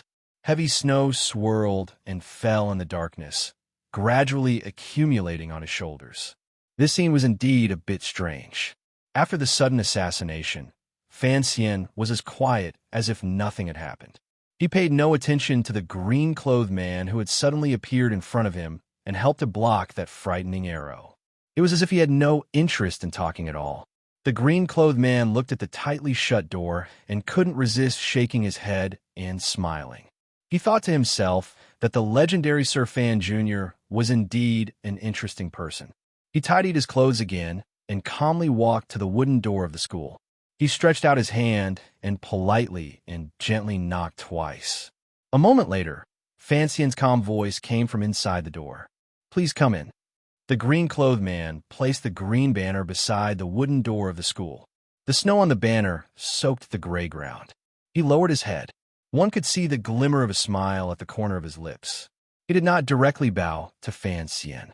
On the contrary, he laughed lightly and said, "Compared to the rumors, you have a sliver of arrogance." Fanxian's hand were placed in front of him by the fire. He still did not open his mouth. The green-clothed man warmly said, "Is this how you treat a guest?" Fanxian rubbed his warm hands together and accepted a bag of fine wine from the hands of a subordinate beside him. He drank a few mouthfuls and lightly said, "The weather is cold and the ground is frozen." "You knocked." so I'll let you in to avoid the snow. This is me taking pity on my people, not treating you as a guest. If I didn't knock, you wouldn't see me?" The green-clothed man continued to ask. "Does he not have anything to ask me?" Fan Xian glanced at him coldly. He didn't clearly see the green-clothed man's face and said, What right do you have for me to see you? What I need to ask you?" The green-clothed man slowly raised his head, and the great hall of the family school that was illuminated by the light of the fire suddenly became bright. This person's eyebrows were like swords, his eyes were as warm as jade, and his lips were thin and slightly curled up, losing a trace of sharpness and adding a touch of friendliness. His appearance was unusually delicate and handsome, but his age was unusually young. Even Fan Xian couldn't help but be a little absent-minded. He smiled and thought to himself, "This guy is quite good-looking, only a little worse than me." The green-clothed man seemed to have not expected such a cold attitude from Fan Xian. He smiled bitterly and said, "Why must you keep me at a distance?" Fan Xian drank another mouthful of wine and withdrew his gaze from the person's gentle and beautiful face. Lightly, he said, "Have you done me a service?" The blue-clothed man thought for a moment, then said, "Even if I were not here tonight, that arrow would not have been able to harm you in the slightest." This was what he had said before. Fan Xian placed the wine bag at his side and looked at him calmly. "Since you are of no help to me, then don't expect me to remember your kindness. You should understand this." The green-clothed man paused and smiled. "Precisely." Fan Xian continued, "I don't owe you anything. If you want to avoid the snow, then avoid it. If you want to talk, then say it. But don't act so mysterious and unfathomable. I loathe that." The green-clothed man smiled bitterly and said, "You are right." Also, Fan Xian suddenly moved forward and said seriously, "Are you prepared for me to take you?" From ancient times to now, from history to stories, this kind of meeting in the wilderness, where the famous and powerful officials followed the wheel of history, was always accompanied by a melodramatic show of idealism, respect for the wise, loyalty, and surrender. However, it had probably never been as direct and shrewd as Fan Xian described it. It was even unsightly and unsightly. It had probably never happened before. Fan Xian stared into the green-clothed man's eyes and said, "Don't have the extravagant hope that we can have an equal relationship. If you want to be my subordinate, then you must stand below me and pay attention to your own limits. Regardless of whether it is talking, doing things, or even posture, as well as your inner thoughts, you must all be placed below me." He straightened his body and lightly said, "If you want me to take you, then give up those unrealistic fantasies and pride. In this world, it is not that it won't turn if someone is missing. My personality is a bit strange, and I don't have the hobby of taking in guests." The green-clothed man had been dealt a heavy blow by Fan Xian's words. He stood gloomily in the hall and was silent for a long time before he forced a smile and said, "You are indeed overbearing." Fan Xian calmly cut him off. "Because I have the right." Without waiting for the green-clothed man to speak, Fan Xian said, "If you have something you want to say, then say it. Otherwise, go sit in the corner and warm yourself by the fire. Once the snow stops, leave." The green-clothed man had not thought that things would develop to such a state. He couldn't help but shake his head. He had to get close to Fan Xian before he entered Jingdo and convey a certain message to him. Coincidentally, he knew the direction of that little arrow, so he had found this opportunity to appear in front of Fan Xian. He had thought that he would obtain a good first impression of Fan Xian.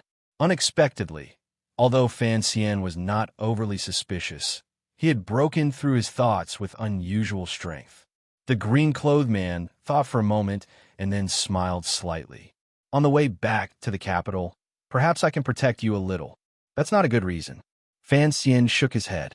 "You and I both know that it is only a little arrow that has come. I don't think much of it." The green-clothed man thought for a bit and finally sighed. "I have brought you a piece of news." "What news?" "News from the east." Fan Xian abruptly raised his head and stared into the green-clothed man's eyes.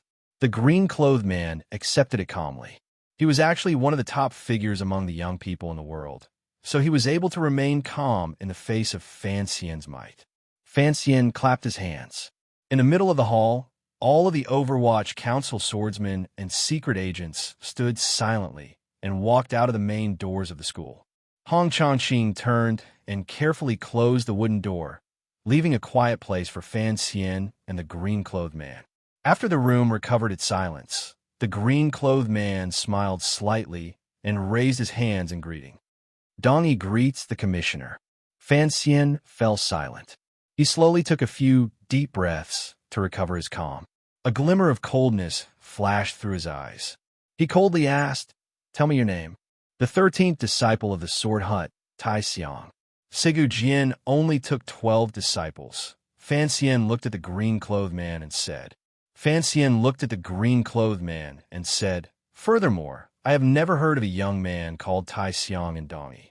People I have never heard of do not exist." Given the Overwatch Council's intelligence network that covered the world, Fan Xian said these words with great confidence. The green-clothed man lowered his head in silence for a moment. He then smiled slightly and said, "My original name is Wang Shi. I came to the Qin Kingdom on my teacher's orders to travel and change my name to Tai Xiang." "Wang Shi," Fan Xian casually said. "A good name." The green-clothed man called Wang Shi smiled slightly and said, "The name isn't necessarily very good, but this person still has some use." At this moment, Fan Xian should have asked why Dongyi and the Overwatch Council were irreconcilable enemies. Strangely, Fan Xian didn't open his mouth to ask, and Wang Shi didn't open his mouth to explain. These two young people both had intelligence and calculations that far surpassed those of their age. They saw through each other's thoughts in an instant. For Fan Xian, Dongyi should have long sent someone to make contact with him. He had not thought that the person who came would be a young man he couldn't see through. Dongyi had always had a good relationship with Xinyang. Presumably, Sigu Jian was like Yi Luyun, enjoying the offerings of the Juanshan conference. However, Fan Xian knew that there were no eternal enemies or eternal friends in this world. There were only eternal benefits. Although Sigu Jian had been an idiot in the past, to be able to single-handedly protect Dongyi and the various small kingdoms for 20 years, he had relied on more than just the sword in his hand. Those who held the country had to be careful.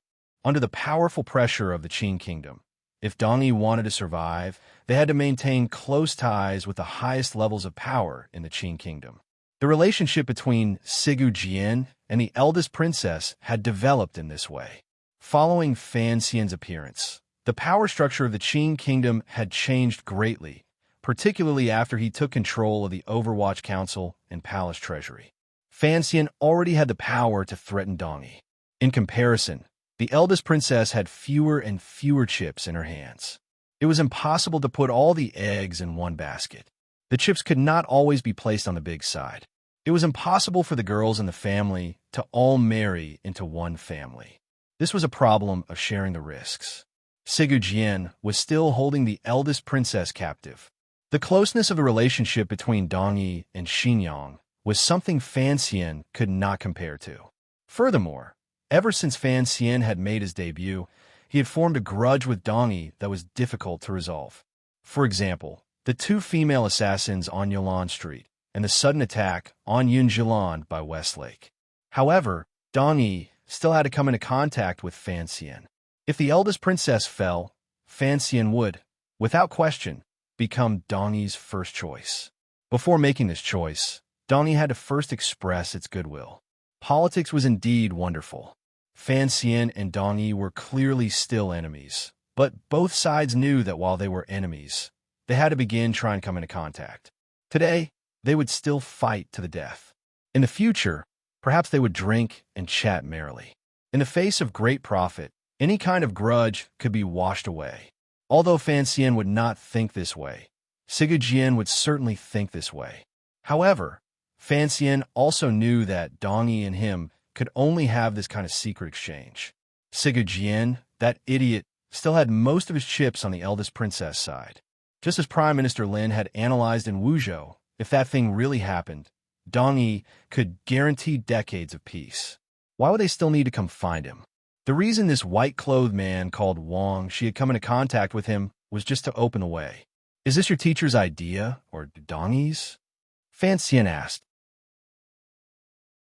Wang Shi thought for a moment and then replied with a slight smile. It is my teacher's idea. Between the question and answer, both sides knew that this kind of contact could not be brought out into the open. This was just Sigu Jian's shrewd and ruthless hidden move. This move could not be known by anyone. What's in it for me? Fan Xian asked straightforwardly. A large group of 9th-level aces from the Sword Hut all want to assassinate me in Jiangnan. I can't pretend nothing has happened just because of one word from you. There are no benefits, only an attitude, Wang Shi explained warmly. Dongi and you are still enemies, but I am not. I'm the attitude teacher has expressed. Not many people in Dongi know of my existence. As long as you are willing, I will stand by your side. This will never change. Even if your eldest disciple brother wants to assassinate me again. Fan Xian picked up the metal rod and pushed at the burning charcoal in the basin. Casually, he said, will you also stand by my side and kill all of your Dongi people? Yes, Wang Shi replied seriously. Anyone who is unfavorable to you is my enemy. Fan Xian couldn't resist laughing. He let out a long sigh and said, Sigu Jian, oh, Sigu Jian, the things this idiot thinks of are indeed interesting. As he said this, Fan Xian watched Wang Shi's reaction from the corner of his eye. When he said the word idiot, the biggest taboo in Dongi, the other party's expression remained calm and unmoved. The 13 disciples of the Sword Hut. Fan Xian narrowed his eyes. There were 4 great grandmasters in the world, plus Uncle Wu Zhu. Kui's true last disciple was Haidang, so Uncle Wu Zhu's last disciple was him. If the green-clothed man in front of him was truly Sigu Jian's last disciple, then he should also be a powerful figure. In the future, I will call you 13th Wang, Fan Xian said calmly. Fan Xian calmly said, 13th Wang, have you ever thought, given my vengeful personality, that Dongi will still follow that crazy woman to deal with me in the future? How could I let Dongi go just because of you? Working together is beneficial for both sides. Wang Shi smiled freely with an indescribable ease. As for those who have offended you, you can think of a way to kill them. Teacher had me enter the Qing kingdom to travel. I have no hidden evil intentions, so I have to survive. As long as I survive, Wang Shi said calmly, Dongi will continue to live as it is now.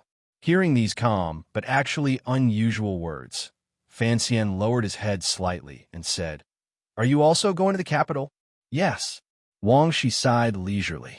Since I'm traveling, of course, I have to go to the Qing Kingdom's Jingdo. I heard that there is a Baiyue brothel in the Jingdo. There are countless beauties in the brothel. I must savor it well. Fan Xian didn't even raise his head. I won't give you a discount.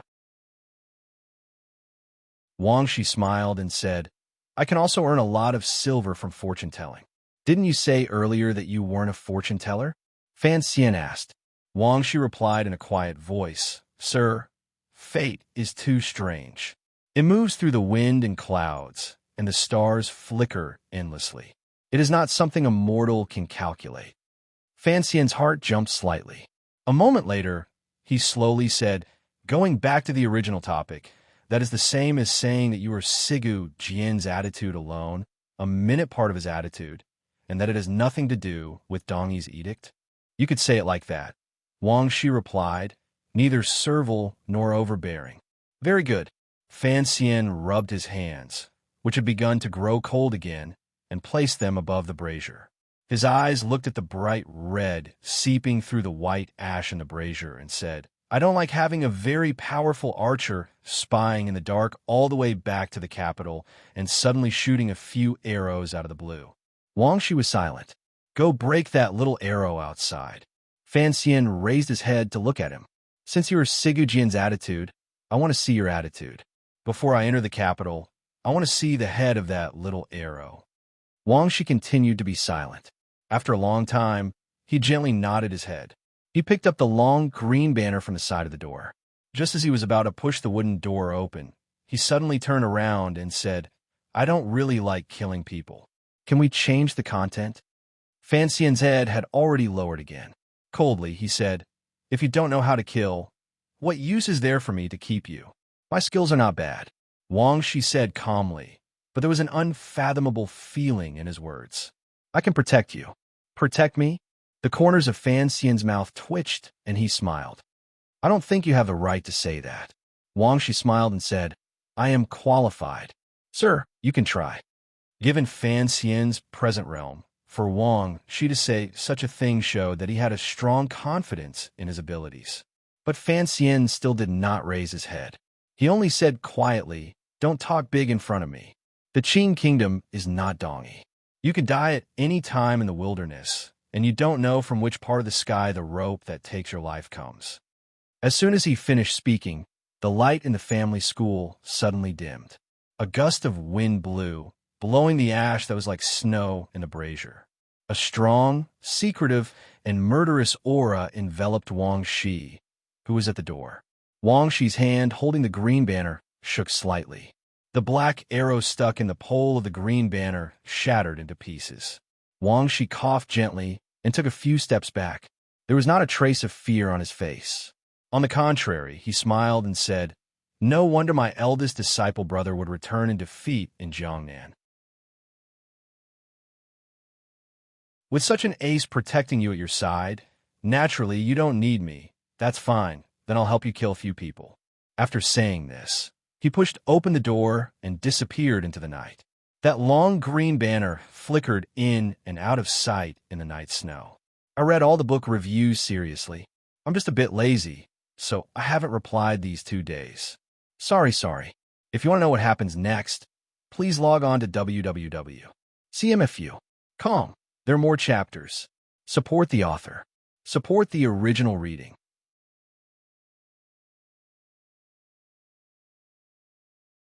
Chapter 441.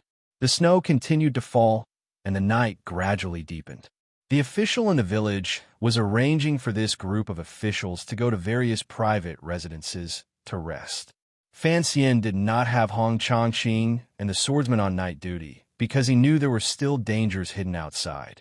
Although the swordsmen of the 6th Bureau were skilled in assassination, they did not have good methods for long-distance attacks. He was the only one left in a daze in the spacious school. Although the fire in the brazier was burning, and there was a lot of bamboo charcoal by the side of the brazier, it made one feel as if the temperature had dropped slightly. It was completely silent. Fan Xian stretched out his hands to warm himself by the fire. His head was slightly tilted. It was clear he was in a daze. He suddenly opened his mouth and said, "I struck out with that sword." He paused and then concluded, "But it struck empty air." The light in the great hall of the school changed slightly. The red light from the brazier shone on Fan Xian's shadow. The shadow twisted and moved on the ground. Then a black-clothed person walked out of the shadows and naturally sat down beside Fan Xian. Fan Xian glanced at the pale-faced, middle-aged man and handed over the wineskin. The shadow looked calmly at Fan Xian's wrist and the wineskin in his hand. He thought for a moment and then shook his head. In a dark voice, he said, "Wine will slow a person's reaction. What is the name of Yan Xiaoyi's son?" Fan Xian changed the topic and took back the wineskin to take a sip. He felt a spicy line of fire burn from his lips to his organs. "I don't know." The shadow shook his head and then said, "The nickname you gave him is not bad." Fan Xian said, "Don't be too nervous. This little archer should still be freezing in the snowy night outside. How would he dare to come close to attack?" The shadow nodded. Fan Xian once again handed over the wineskin and said, "Take a few sips. I'm not Chen Pingping. Although there are many people in this world who want to kill me, at least it is not so easy." The shadow thought for a moment and accepted the wineskin.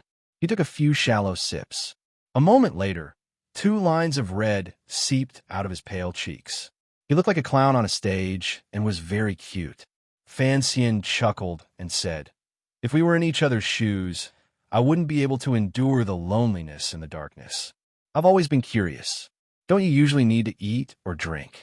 When protecting Chen Pingping or Fan Xian, the shadow never left their side. No wonder Fan Xian had asked this. The shadow said gloomily, "Of course I have my ways." Fan Xian shook his head and didn't say anything more. Turning the subject back to his earlier words, he said, "You saw my sword strike empty air." "Yes, sir." There was no emotion in the shadow's voice. 13th Wong is very powerful. Fan Xian was silent. Of course, he knew that Wong, she was very powerful. Powerful enough that he could approach the school silently in the snowy night without him or the shadow noticing. Powerful enough that he could block in front of Fan Xian like a wandering spirit when the arrow was in the air, making it so that Fan Xian's sword struck empty air. It looked like a simple green banner blocking, but Fan Xian knew the power contained in the black arrow in the snowy night. The more casual Wong she appeared, the more it proved his power. "I can't see through him." Fan Xian picked up the metal rod from beside his feet and carelessly scratched it in the fire basin. This 13th Wong is indeed very powerful, but he can endure. Those who can endure must have a great plan. He suddenly raised his brows. It's not enduring. He doesn't care. Wang Shi's way of talking shows that he doesn't care about many things. He doesn't care about my verbal attacks or my purposeful humiliation.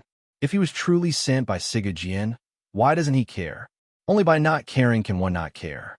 If a person can't see what they want, then it will be troublesome. What exactly did 13th Wong want?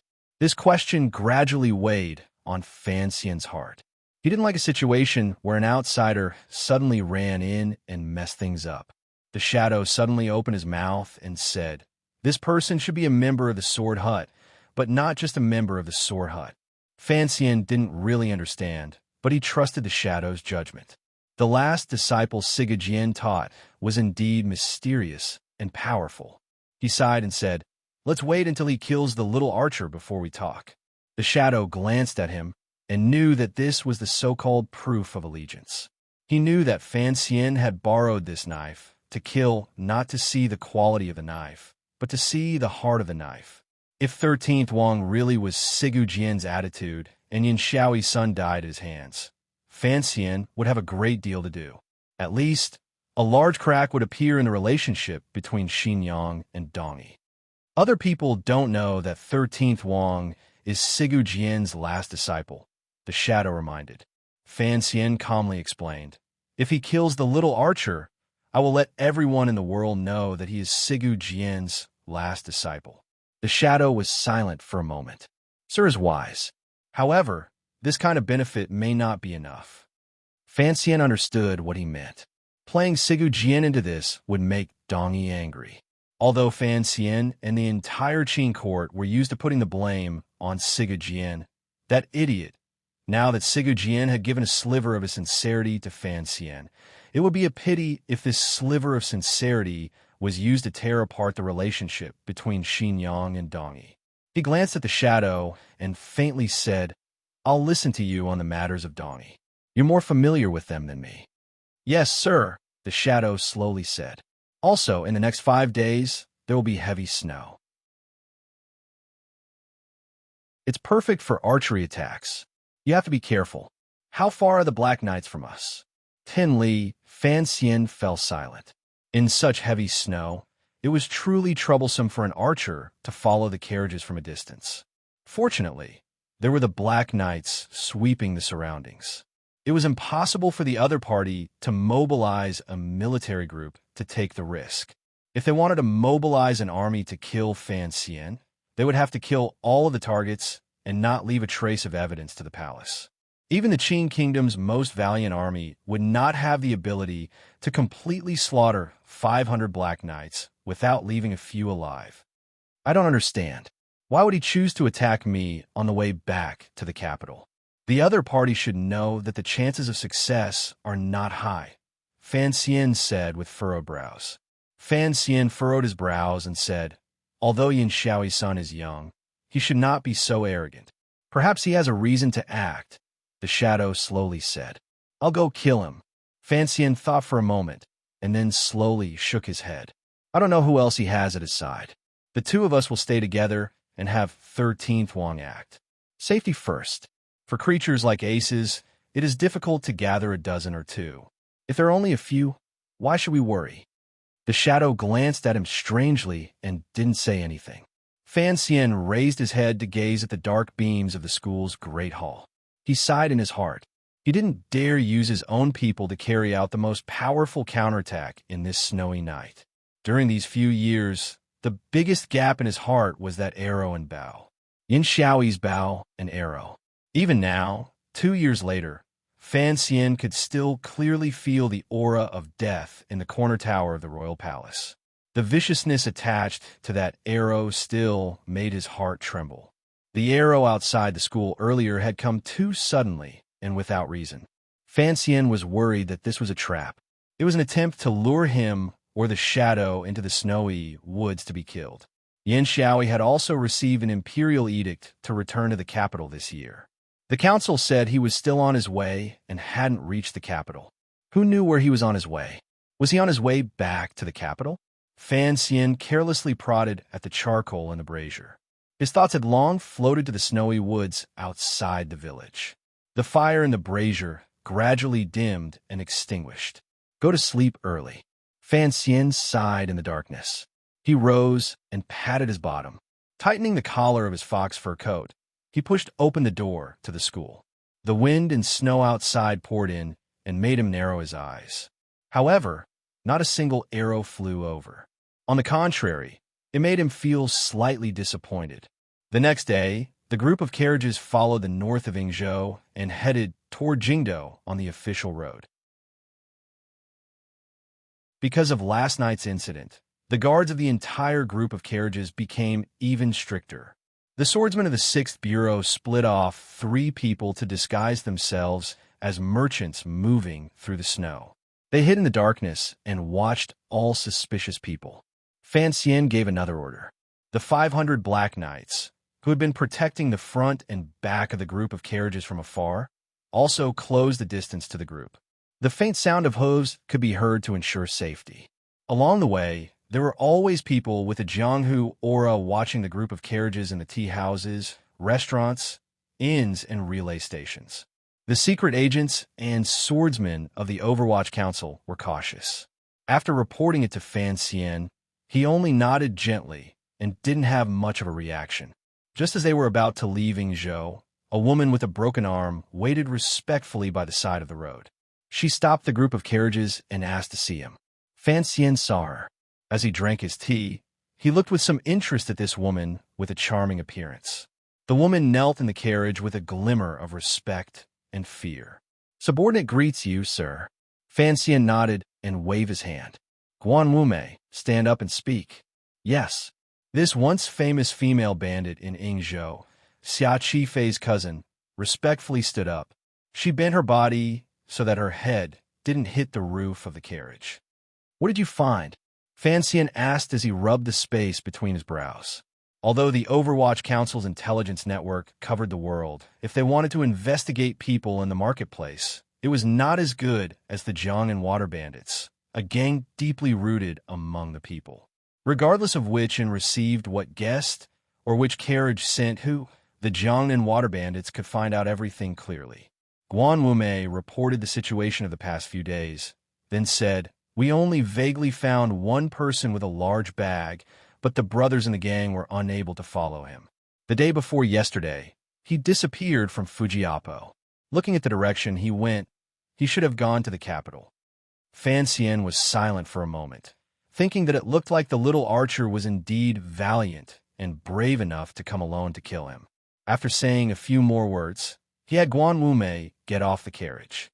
The group of carriages began to move forward again.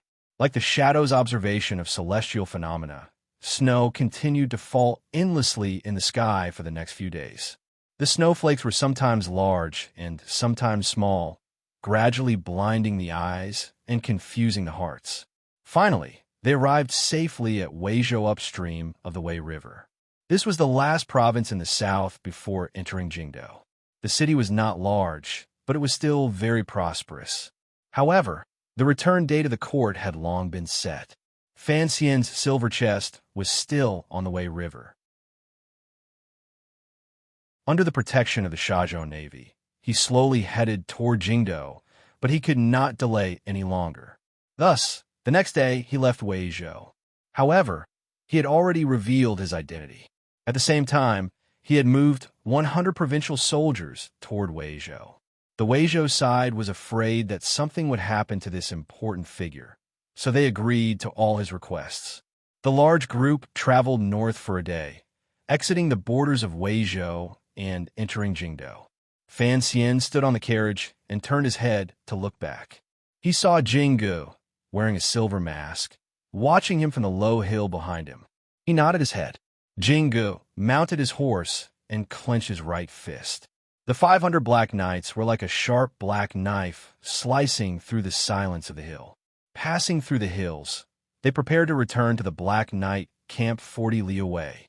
This was a strict rule of the Qin court. The Black Knights were the invincible personal army that the emperor had personally given to Chen Pingping. In order to ensure the Overwatch Council's transcendent position and balance, the Black Knights were strictly forbidden from entering Jingdou. If they took a step in, they would be killed without mercy. This was the iron rule of the Black Knights. Fan Xian often thought that he could understand from this iron rule. Although his old emperor was confident to the point of narcissism and could even treat a rebellion as a joke, he probably also understood in the depths of his heart that if the nobility of Qing kingdom rebelled, the cripple would be the most terrifying. Although the emperor would not believe that the cripple would rebel, as an emperor, he had to be on guard. Entering Jingdou, the roads gradually widened. There were fewer mountains and forests and more people. The wind and snow gradually subsided, and the accumulated snow gradually melted. The wet mud wrapped around the hooves of the horses, making it difficult for the entire group of carriages to move forward. However, the hearts of the people of the Overwatch Council had already relaxed. Around Jingdou, no one dared to carry out an assassination in broad daylight. Although Fan Xian was a careful and cautious person, he was not an exception. Ever since the founding of Qing Kingdom, even if ambitious people occasionally appeared in the military, no one dared to make trouble near Jingdou. A small mountain valley appeared in front of him. The white snow pressed down on the precious evergreen forest, making the tree branches creak and turn into dragons of ice. Fan Xian lifted the heavy curtain and looked at the mountain valley. He found that there were no rocks on the mountain. In the distance, he could faintly see the massive city walls of Jingdou. It was like a giant beast that made one feel suffocated. Fan Xian let go of a smile. Jingdou, he had finally returned. The little archer's unreasonable arrow had made him nervous for so many days. It looked like he needed to strengthen his cultivation of the heart. Suddenly, his earlobe trembled. He heard the sound of a sharp blade stabbing into flesh in the forest in front of him. It was the sound of the shadow acting. Then he heard the sound of a crossbow moving. Fan Xian let out a sharp whistle and stretched out his hand to grab the driver in front of him. All of the carriages in the group of carriages came to a sudden stop with this sharp whistle. From the top of the short mountain, a giant crossbow bolt broke through the air, carrying with it the sound of wind and thunder. It shot toward the carriage Fan Xian was in. The driver in front of the carriage gave a wild cry and broke free of Fan Xian's hand, blocking in front of Fan Xian. Although Fan Xian's reaction was fast, the crossbow bolt, about the length of a man's arm, still pierced viciously into the driver's abdomen. Blood and internal organs sprayed out, painting the walls of the carriage. The crossbow bolt broke through the body and nailed the driver's body to Fan Xian's side. Fan Xian's expression was dark. He slapped the wall. With a crack, a wooden board quickly fell from behind the curtain of the carriage, sealing the entire carriage. Immediately after, he heard the terrifying and suffocating sound of crossbow bolts ring out in the mountain valley. If you want to know what happened next, please log on to www.cmfu.com. There are more chapters. Support the author. Support original reading.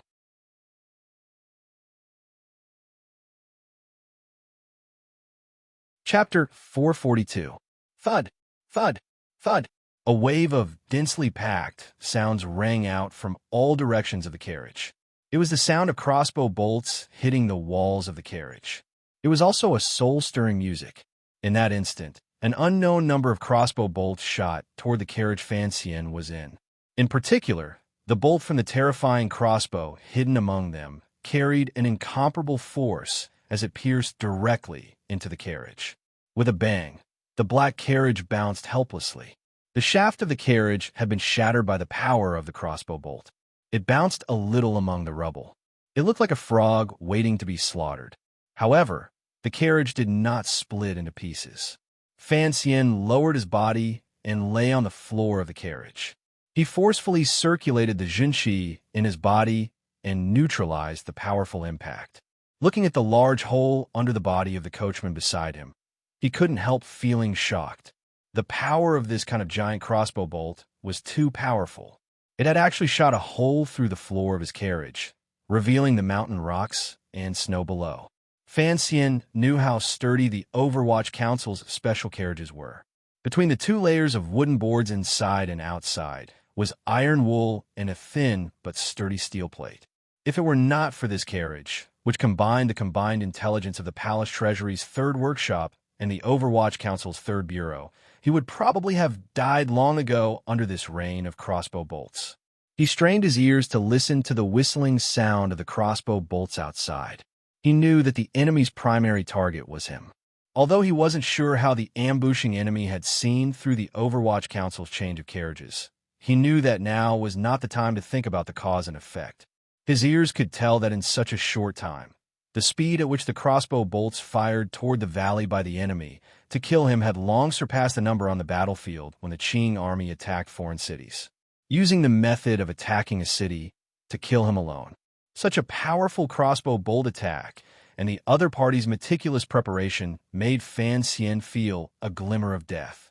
It was clear that the enemy in the valley was also surprised that the carriages in the valley were so sturdy that they could withstand the power of the crossbow bolts. The rain of crossbow bolts continued to fly.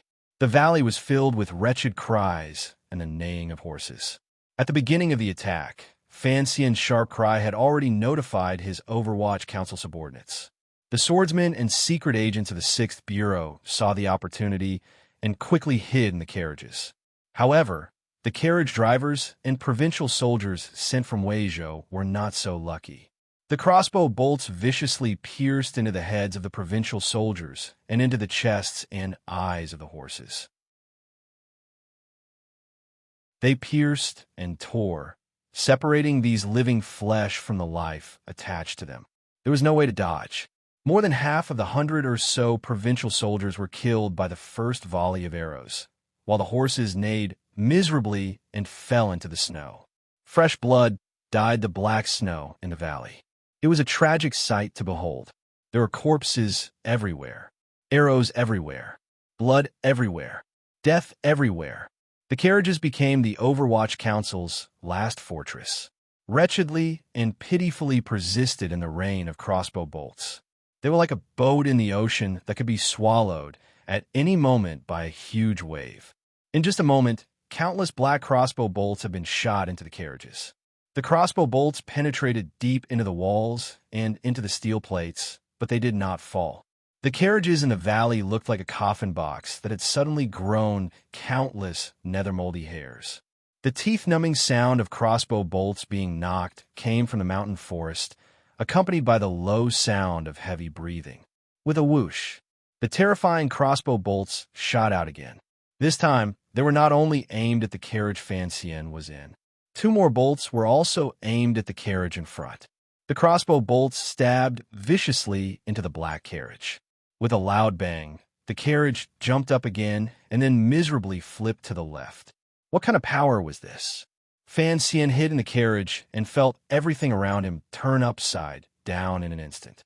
A powerful tremor threw him off the bottom of the carriage. Out of the corner of his eye, he could see diagonally above him. A sharp metal crossbow bolt had already pierced through the wall of the carriage. Sinisterly and terrifyingly, it was only half a foot away from his chest. That was close.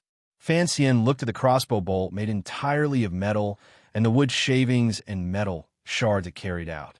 He knew the carriage wouldn't be able to hold out for long.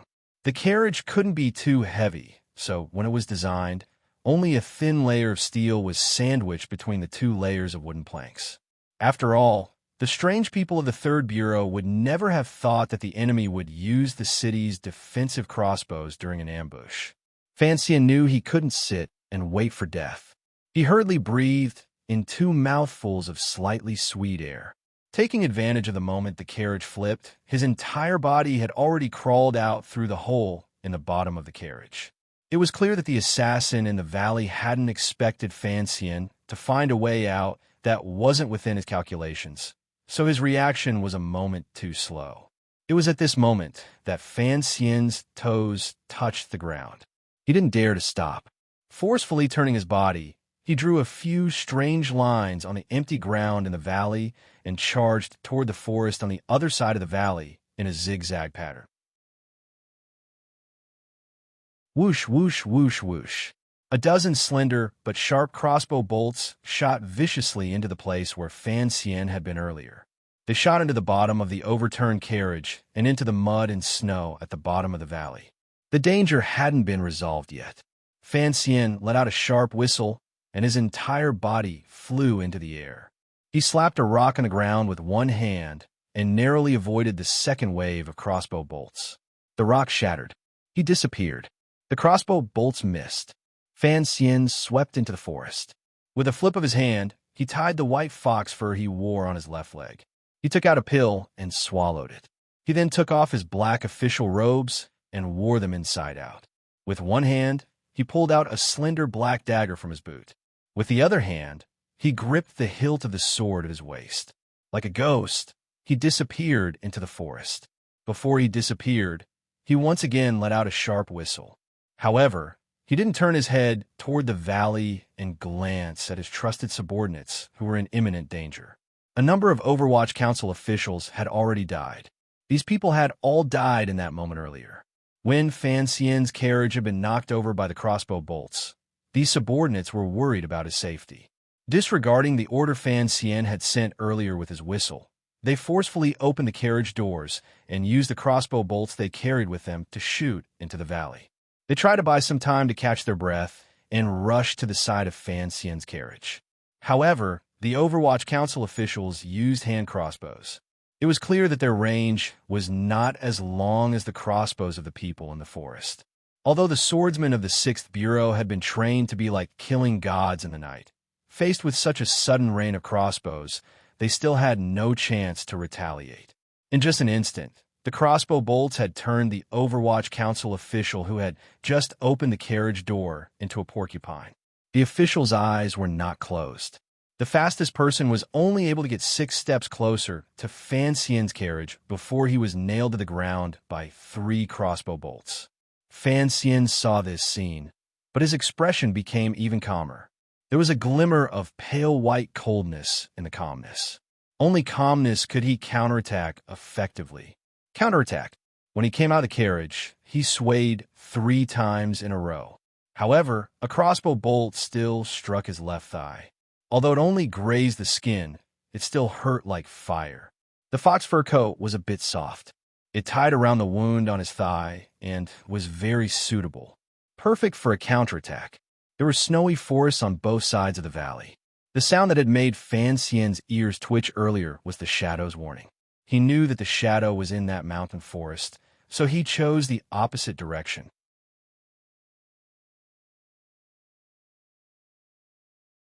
At this moment, he had already broken through 2 lines of sniper fire and arrived at a place close to the top of the mountain. This was because he knew that the several powerful city-guarding crossbows were placed here. He was already close to his goal. He didn't care about the warning the man gave before his death. Stealth and assassination were more physically and mentally exhausting than an open battle, so he decided to change his method. The sound of people stepping on the snow rang out in the forest. A group of crossbowmen patrolled the surroundings nervously. Half of the crossbowmen had been sent to kill Fansian. A portion was suppressing the carriages in the valley. No one had thought that Fansian would be able to break through 2 lines of defense without a sound and come to the top of the mountain. Not many people in this world knew that Fansian had learned from a young age to assassinate and to prevent being assassinated. This kind of stealth instinct had already entered his blood. The snow flew again. It was as if a line of snow had suddenly appeared on the ground. A snowy shadow flashed out from behind a tree. Taking advantage of the snowflakes falling from the trees, It transformed into a straight line and charged forward. What a fast speed! These crossbowmen only saw a blur in front of their eyes and felt a wave of coldness. The crossbow bolts in their hands shot out randomly in their nervousness. Thud, thud, thud. Fan Xian swept out amidst the crisscrossing crossbow bolts that hid danger. The black, slender dagger in his left hand slid across the crossbowmen's throats. His right hand flipped and pulled out the long sword on his back, directly chopping forward. His left hand was delicate and gentle. His right was tyrannical. On the left was a black line. On the right was a ball of bright color.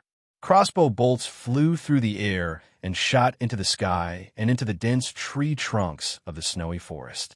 Under the outline of this black line and the bright ball of color, a group of crossbowmen cried out wretchedly and fell to the ground one by one. Fresh blood flowed chaotically. With a clang, the sword in Fan Xian's right hand met with a powerful resistance in the end.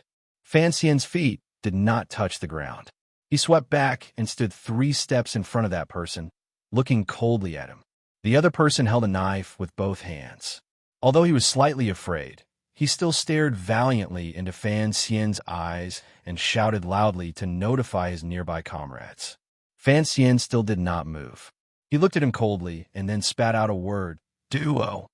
By the time he finished speaking, his black dagger had already shot out, and his body also followed this black dagger with incredible speed, shooting out, as if the black dagger was dragging a shadow behind it. In an instant, Fan Xian had arrived in front of that person. The black dagger had also arrived in front of him. Slightly confused by the word duo, the person shouted fiercely and chopped down with both knives, sending the black dagger into the snowy ground. Fan Xian let out a strange cry. His body rose up 2 feet.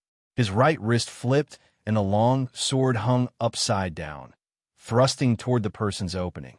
To be able to survive was already proof of that person's strength. He quickly took 3 steps back. His hands did not let go of the knife hilt. Instead, he swung it in the opposite direction. A flash of knife light flashed and, in an instant, blocked the power of Fan Xian's sword. A crisp clang rang out. The knife broke.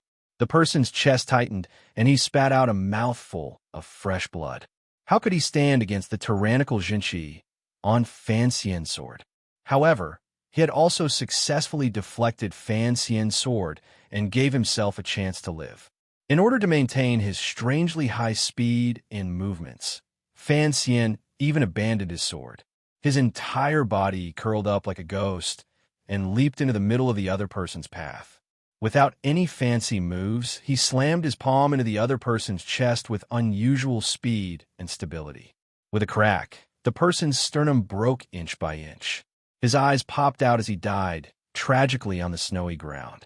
Fan Xian turned around and swept away, picking up the long sword and dagger from the snowy ground. The tip of his foot pushed off the snowy forest again and floated into the branches of the trees. Like a swan, he disappeared. This exchange was only 3 claps. This was what was called a flash of flint. Fan Xian looked at the 3 strong crossbows at the bottom of the forest and couldn't help but feel a chill in his heart. As expected, they were city-guarding crossbows. Countless doubts and unease involuntarily rose in his heart. However, he was still trapped in the valley. He couldn't think about too many things. The strangely shaped and terrifying city-guarding crossbows were installed at the top of the mountain. Below them, there was a wooden tray and metal pivot to control them. The cables and springs needed a few people to work together to complete. The huge crossbow bolts were placed to the side. Fan Xian leaned against the snowy forest and watched this scene with narrowed eyes. He couldn't help but think of the powerful attack his carriage had received and the people who had died in the valley. The city-guarding crossbows were still slowly and steadily firing.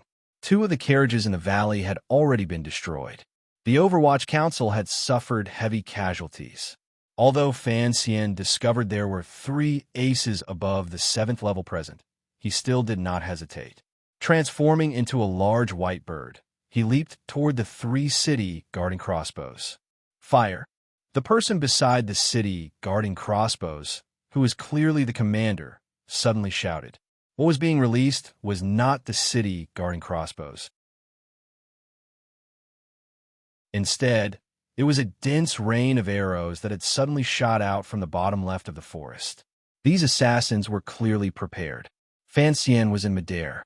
Faced with this rain of arrows that covered the sky and covered the earth, it seemed that he could not avoid it. However, immediately after, everyone saw a scene that made them dumbfounded. Fancian pulled his right hand and flipped his clothes over, covering his head and face. As for his body, he was like a stone, directly falling to the ground. He did not change his breath and forcefully twist his body. Instead, he directly dissipated the jinshi in his body. He allowed himself to be like a falling leaf or a stone that followed the laws of nature and fell to the ground. It appeared simple, but the powerful shock from the change in jinshi was enough to break the meridians of most aces in the world. Only Fancian, a Khanate monster, could use this method. No one had thought that Fancian would fall like this. Thus, most of the crossbow bolts shot toward the startled birds in the sky and forest. Only a few bolts hit Fancian's body. However, they were blocked by the robes the Overwatch Council had specially made for him and the extremely powerful tyrannical jinshi in his body. However, Fancian still felt like he had been struck by lightning. A bone-deep pain made his eyes redden. He knew that he had suffered internal injuries. The surface of his body was probably already beginning to bleed. The moment his feet touched the ground, his entire body fell down. Like a snow fox, he slid quickly along the snowy surface and floated toward the 3 crossbows. The crossbow bolts shot into the snowy ground behind him. They stuck densely together as if to strengthen his movement. A fast knife came to meet him. Fancian flipped his wrist. The black dagger spread out like a ball of black shadow. In a moment, it met the knife 14 times. 14 clanging sounds rang out. The knife-wielding man retreated in fear. His face was green and white. It was clear that he had suffered a hidden loss. However, he had successfully blocked Fancian in front of him. Fancian narrowed his eyes and glanced at him. He knew that this knife-wielding man must have an important position in the military. There were 2 other aces like this on the mountaintop. What Fancian needed was time. Thus, he retreated into the chest of the attacker behind him. Flipping his hand to hold his wrist, the black dagger stabbed out from under his armpit. The person behind him gave a strange cry and abandoned the knife. His palms came together and, risking the danger of the poison on the dagger, clamped down on Fancian's dagger. However, the strength of Fancian's stab was great. The dagger finally slid past the man's palms and cut into his body a little. The man roared wildly and slapped his palm toward the back of Fancian's head. Fancian didn't turn his head and returned his palm. Immediately after, the dagger pulled out and returned, using the hilt to strike toward the man's face. It was as if Fancian had eyes in the back of his head. The hilt of a knife pierced straight toward the man's eye socket. The man's left palm struck out again and blocked Fancian's knife hilt an inch in front of his eyes. Fancian's thumb pressed down. The hilt of a knife stabbed out with a sharp blade and pierced through the man's palm. Immediately after, it pierced through the man's eyeball. On the shore of the North Sea, even Shaoan had suffered from Fancian's attack, much less these aces in the military. The man did not cover his eyeball, which had liquid splattering in all directions. Howling wretchedly, he held on to Fancian from behind with unusual valiance. His left palm and eyeball were pierced by Fancian's dagger. His right arm was tightly wrapped around Fancian's throat. The knife-wielding man in front of him also chopped down with his knife. The knife was as fast as lightning and headed straight for Fancian's face. Fancian gave a muffled grunt. With a clang, he pulled out the dagger from the man's eye socket behind him and directly stabbed toward the knife-wielding man in front of him.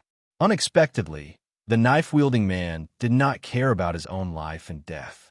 With an explosive roar, he did not stop and allowed Fancian's dagger to stab into the right side of his chest. It looked like these aces in the military wanted to leave Fancian's body in this valley not far from Jingdo, even if it meant risking their own lives. However, Fancian's left arm, which he had stabbed out, was still stretched out. In front of his arm was a dagger, and at his wrist was a hidden crossbow. The sound of a spring rang out slightly. The knife-wielding man, who had used crossbows and arrows to kill a number of Fansian subordinates, suddenly found that his eyes had darkened. Then a sharp pain came. Only then did he know that 2 crossbow bolts had pierced into his eyes. 2 delicate little black arrows had pierced into the knife-wielding man's eyes. Fansian exhaled fiercely and took a step forward with the valiant ace behind him. Dodging the knife edge of the knife-wielding man, he used his iron shoulder to block the other's right hand. With a crack, it was still the knife-wielding man's hand that broke. Fansian raised his foot and kicked out. With a muffled sound, the knife-wielding man in front of him was sent flying backward 30 feet by this resentful and tyrannical kick. He smashed ruthlessly into a tree trunk. His stomach split open and his intestines spilled out. It was a wretched sight. At this time, the third person finally arrived. Fansian's foot had not yet been pulled back. However, he had been waiting for this person the entire time. He didn't pay any attention to the person holding him tightly behind him. His right hand was already gripping the hilt of the sword protruding from his shoulder. With a crack, the arms of the person behind him were chopped off. Like a plum blossom opening to welcome the wind and snow, like a small boat fighting in the ocean, there was not a trace of a sword that looked around blankly. Fansian coldly and sternly stabbed forward. The edge of the sword trembled slightly. It appeared weak, but it was stubborn. It looked forward and ignored the back, looked left and ignored the right, and won by pressing forward courageously. It was the sword Fansian had hidden at the bottom of the chest. It was also his most powerful attack when facing an enemy head-on. If it wasn't for the most dangerous moment, he would never use it. Sigur's sword. The edge of the sword pierced through the throat of the military ace and lifted him into the air above the snowy ground. His eyes bulged out as he stared at Fansian. His hands were powerless and limp. A pair of curved knives fell into the snow. Those eyes seemed to be speaking, expressing their fear and confusion. It was as if they were saying, "How could such a sword come so silently?" Right at this moment, an unexpected event occurred. Fansian's sword lifted one person and tied another behind him. Under the snowy ground where he was standing, another person appeared. A gray figure burrowed out of the snowy ground with a faint aura. Holding a thin sword in his hand, he stuck close to Fansian's back as he stabbed out. This was a true killer. Fansian had hidden in the snowy ground and killed countless people. Facing the encirclement of 3 aces, he was both mentally and physically exhausted, so he didn't notice the strangeness in the snowy ground. Just as he was about to win, the enemy's final killing blow finally appeared. At this moment, Fansian only had time to take one step forward. He then felt a burning pain from his waist all the way to the back of his neck. The faint sword pierced straight through Fansian's official robes, which could block most attacks, and left a wretched wound on his back. The sword intent did not stop. It shot into the sky and sliced through the band Fansian used to tie his hair. The person who had been sticking close to Fansian's back had long been shaken into the snowy ground by this strike. Behind Fansian was the assassin who had been hiding in the snowy ground for a long time. His back had been heavily injured. His long hair draped weakly behind him. There was also the sword that was about to take Fansian's life. Fansian's mental and physical strength were almost exhausted. He was unable to instantly mobilize the tyrannical Jinchi in his body. He only had time to turn his head. Looking back, the scattered enemy's jet-black hair flew out and weakly hit the last assassin's cheek. Where it landed, a thin needle was stuck into the temple by the side of the assassin's face. It was thin and slightly trembling. It was as if a gust of wind could blow this needle off. The assassin's body froze for a moment. The sword aimed at Fansian's heart did not have time to stab out. Fansian's palm struck the assassin's throat. A rain of blood exploded from the back of the assassin's neck. The boy I like has a head of jet black and beautiful long hair. This chapter was difficult to write. The stock market collapsed, and I'm having a small diarrhea. I sincerely call for monthly votes. Thank you. If you want to know what happens next, please log on to www. CMFU. Come, there are more chapters. I support the author and support genuine reading.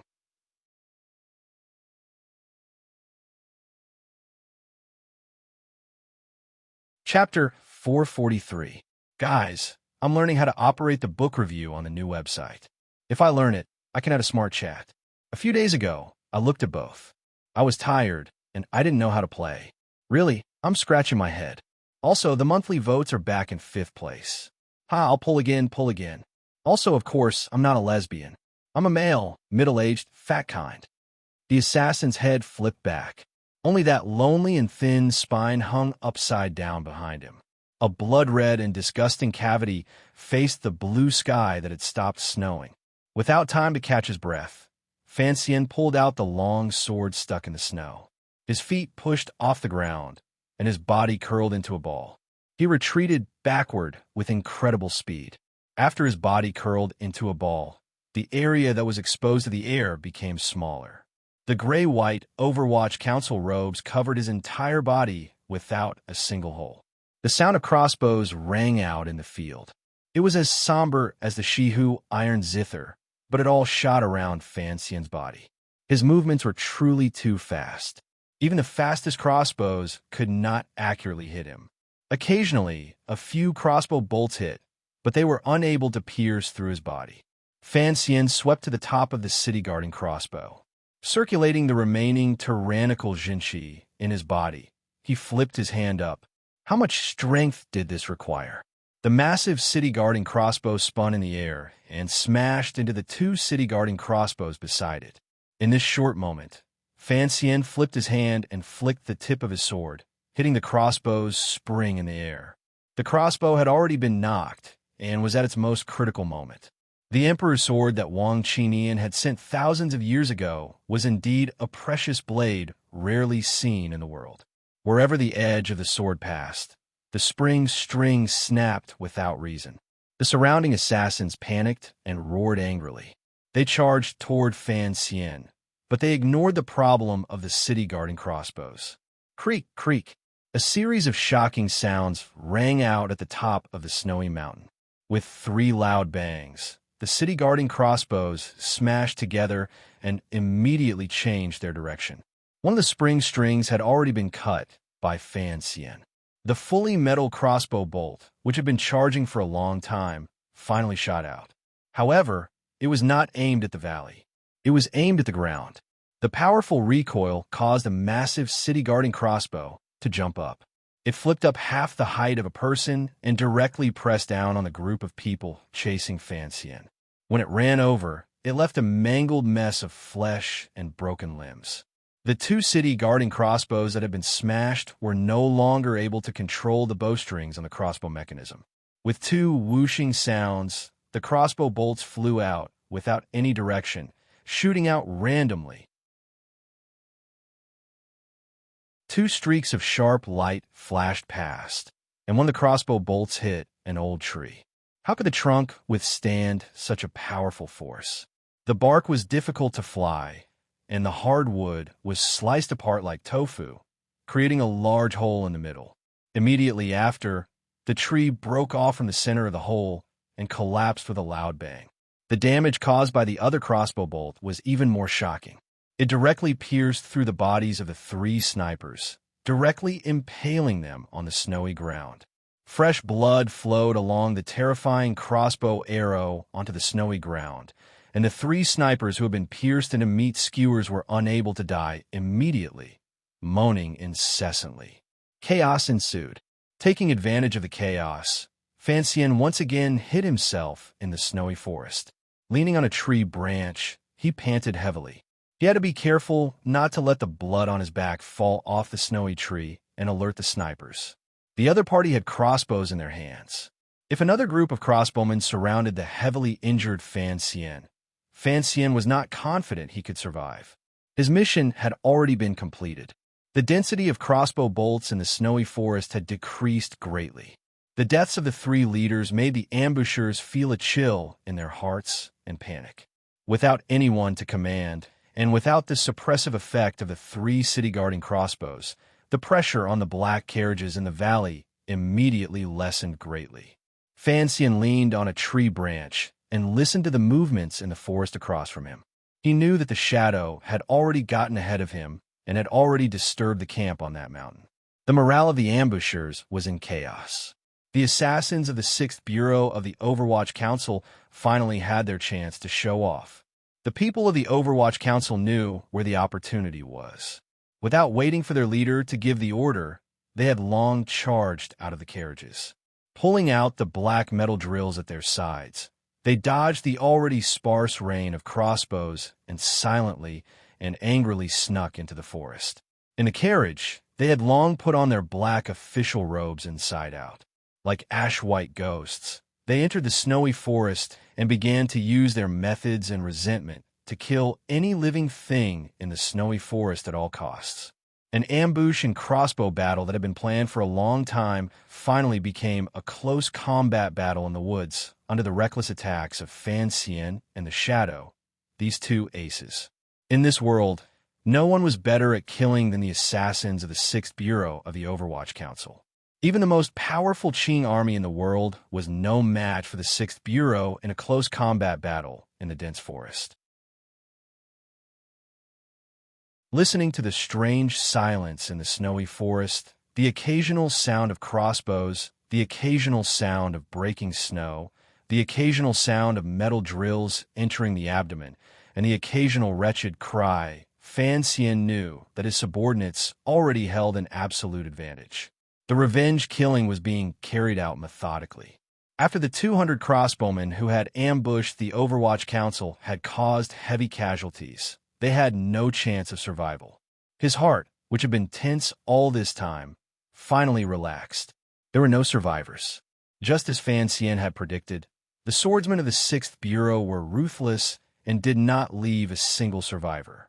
Of course, this was not just because the 6th Bureau was ruthless. When the battle was about to end, the remaining 20 crossbowmen committed suicide in unison. Fan Xian stood on the snowy ground and looked coldly at the 20 bodies on the ground. Looking at the faces of these bodies, he found that there was no sorrow or fear on their faces.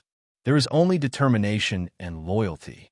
The Qing army was indeed the most powerful martial force in the world. If this kind of discipline and valiance were placed on the battlefield, it would be a terrifying power.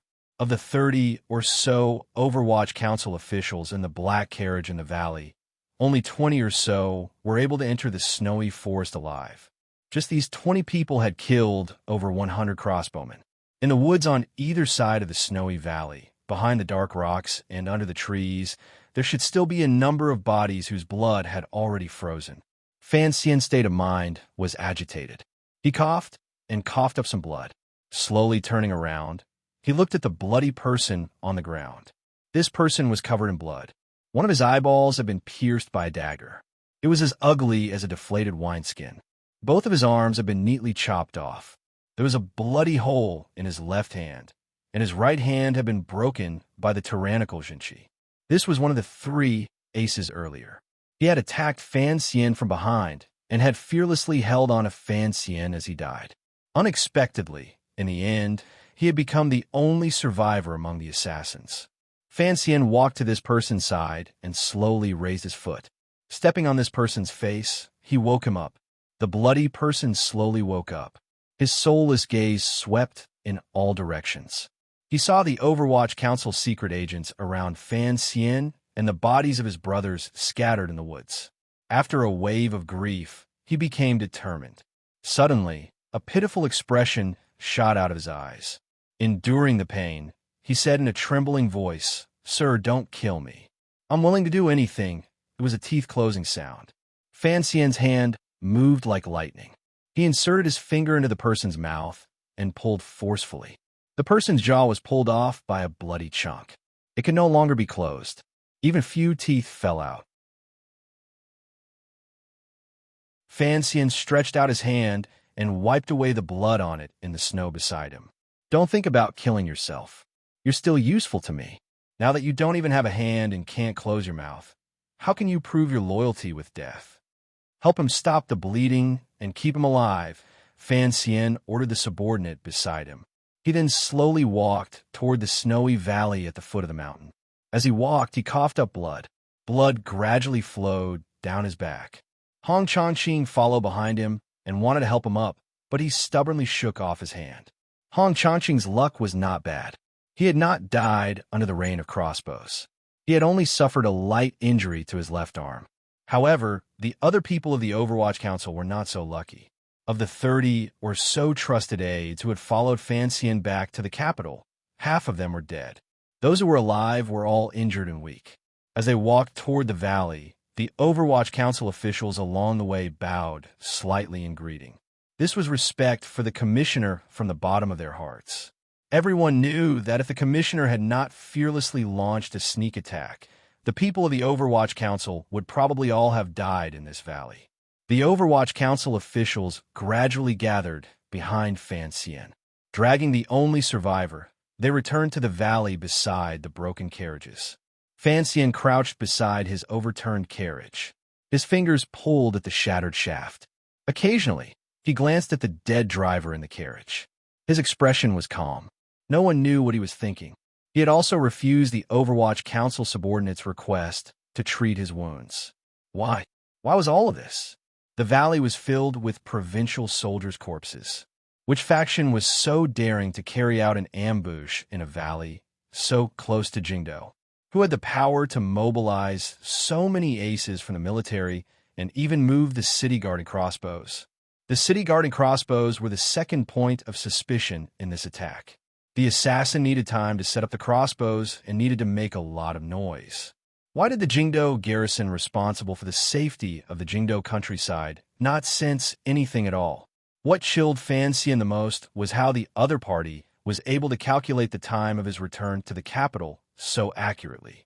From Yingzhou to Weizhou, he had purposely set up a diversion and had the Jiang and Water Bandits send out fake news. Then he had gone straight in. If they wanted to assassinate him, these soldiers would not have dared to lie in ambush near Jingdo for too long. How could they have calculated the time so accurately? Even more terrifying was that although he was close to Jingdo, Fan Xian did not let down his guard. He had sent out spies from a distance of 3 li. Why was the initial report from the spies that everything was normal?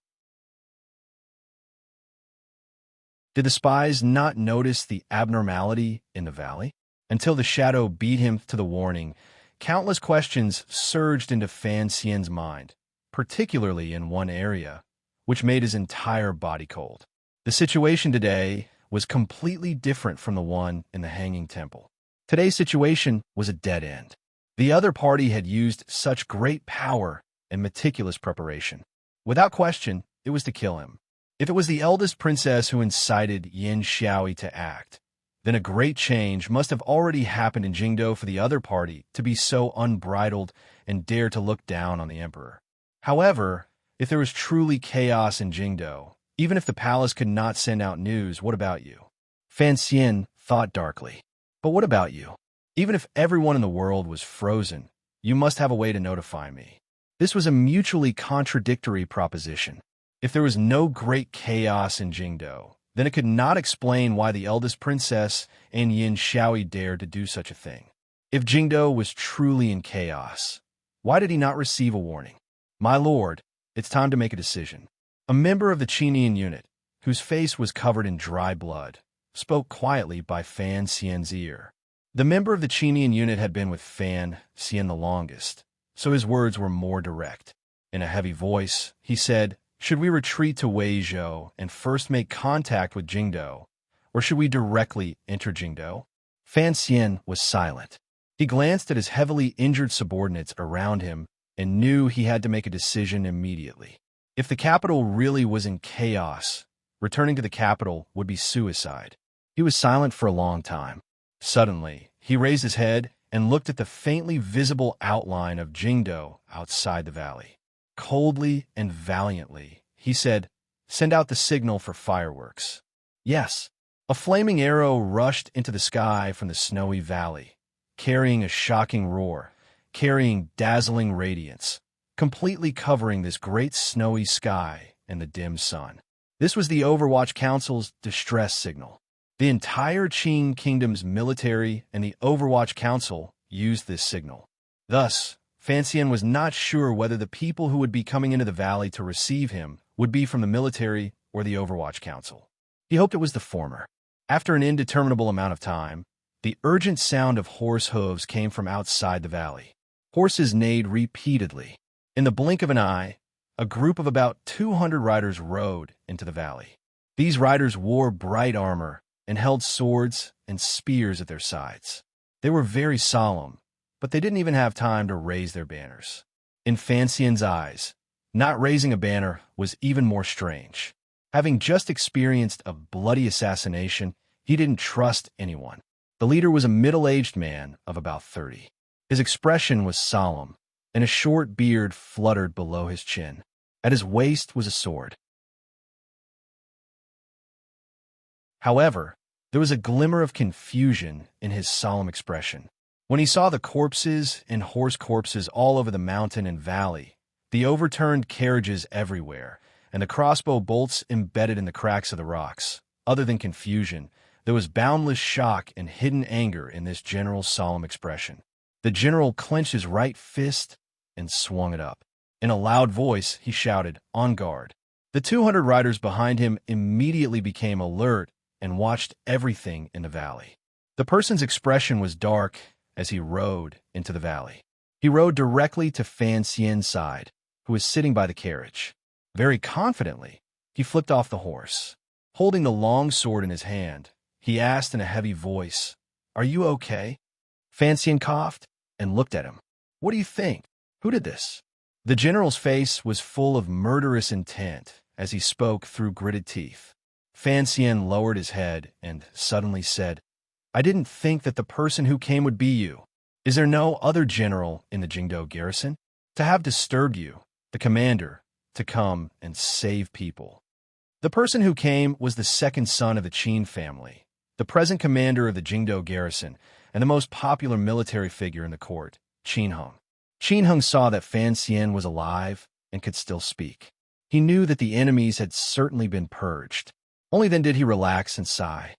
The Overwatch Council's first-level request for help. Everyone in Jingdo knows you're about to return. Of course, they guessed it was you. I was scared to death. How could I not come? He lowered his voice and self-mockingly said, "If you died, who knows how many people in the Jingdo garrison would be buried with you?" In reality, the moment he saw Qin Hung enter the valley, Fancien had relaxed. Since the Qin family still controlled the power of the Jingdo garrison, it meant that the emperor still controlled the Jingdo army. There shouldn't be any trouble in Jingdo. He still asked, "Is Jingdo all right?" Qin Hung understood what he was worried about. He shook his head and said, "Everything is calm." Fancien lowered his head and said, "Then, that is truly strange." Qin Hung also understood what he meant. If everything was calm in Jingdo, who would risk the emperor's anger to assassinate a dragon? Fancien briefly recounted the day's events to Qin Hung. Qin Hung listened with incomparable fear. He furrowed his brows and said, "These people truly have wild ambitions and do not die." Fancien suddenly looked at him and asked, "You are in charge of the Jingdo garrison. For such a powerful army to be buried in this valley, so close to Jingdo, how do you explain this?" Unable to explain, Qin Hung straightforwardly said, "This is our problem." Fancien nodded. Qin Hung said, "Go back. Your injury needs to be treated." He then sighed and said, "These people were very ruthless."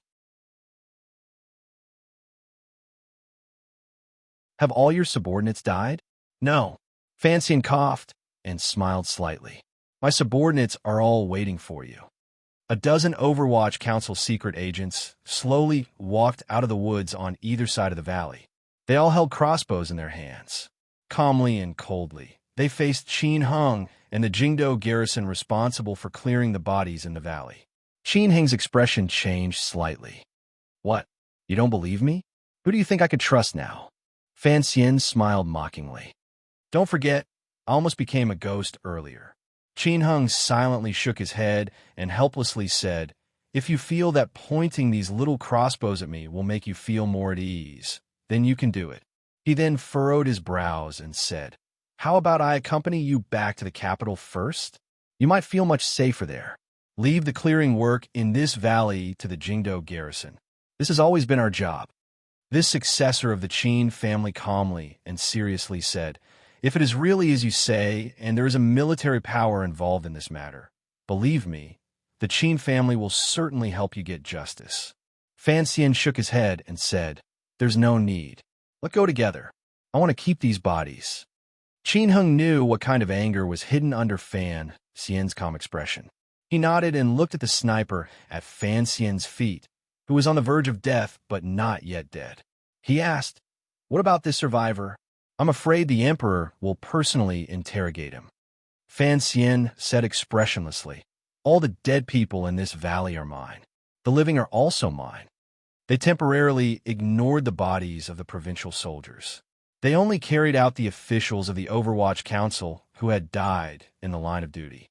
They also gathered the bodies of the assassins who had died in the woods on both sides. Fan Xian looked at the cold bodies of his subordinates and tilted his head slightly. He then glanced at the bodies of the ambushers and quietly said, "Take good care of the bodies of our own brothers. As for these people, why are they dragging so many bodies? Chop off all their heads and bring them back to the capital." At the side, Hong Changqing accepted the order in a loud voice. Qin Hung watched this scene from the side and furrowed his brows slightly. If there were no surprises, these bodies were all good soldiers of the military. Although they had become murderers of the court's imperial envoys because of internal strife in the court, their deaths were not to be regretted. However, Fan Xian's humiliating bodies still seemed to make this young general feel a glimmer of discomfort. Fan Xian completely ignored Qin Heng's feelings beside him. With a mocking expression, he watched his subordinates chop off heads. After everything had been tidied up, the remaining bloodied bodies, horse corpses, and broken carriages in the valley were taken care of by follow-up people from the court.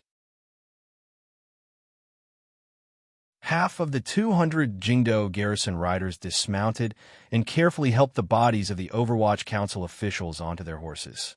At the same time, they had the injured Overwatch Council officials get on their horses.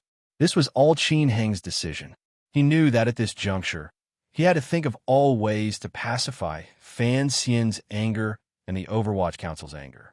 The Overwatch Council and the military had always had a close relationship and a long friendship. Because of the battle in this little valley, a wound that would never be healed would certainly appear. After Fan Xian also got on his horse, Qin Heng flipped himself up and calmly said to his side, "Have you ever thought that if the military truly wanted to harm you, I could completely kill all of you right now?"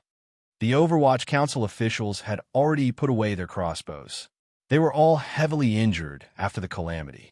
Qin Heng brought 200 riders, so he indeed had the confidence to say these words. However, Fan Xian didn't even glance at him. Behind the two of them were the horses carrying the bodies of the Overwatch Council officials. Suddenly, the body on one of the horses bounced up. The corpse was like a ghost that flashed across the distance between the three horses. It lightly floated behind Qin Heng and sat on his horse. It pressed tightly against his chest. It was so intimate it was like his shadow. Qin Heng paled in shock.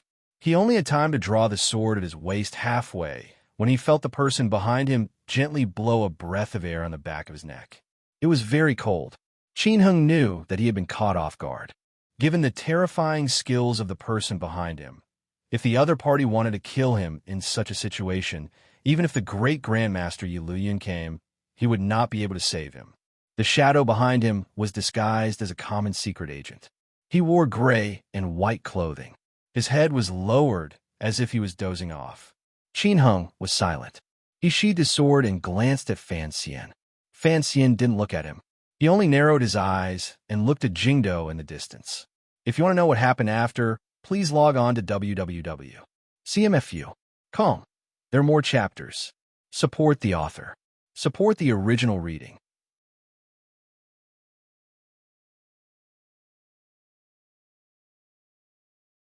Chapter 444.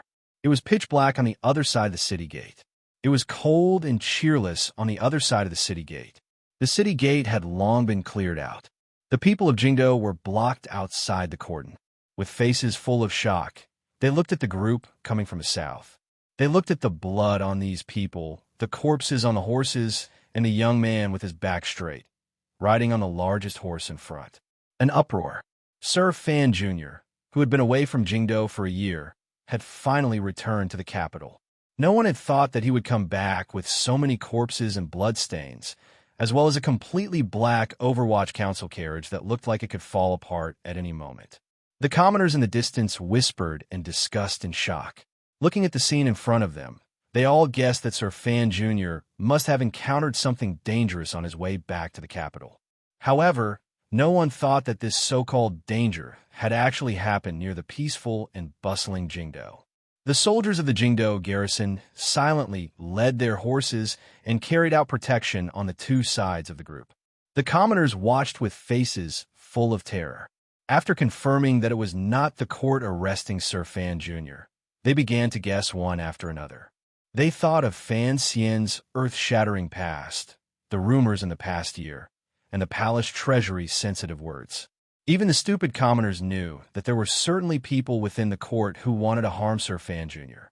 Although Fan Xian's matter in Jiangnan had affected his reputation to a certain extent, in Jingdo, he still had a very high reputation.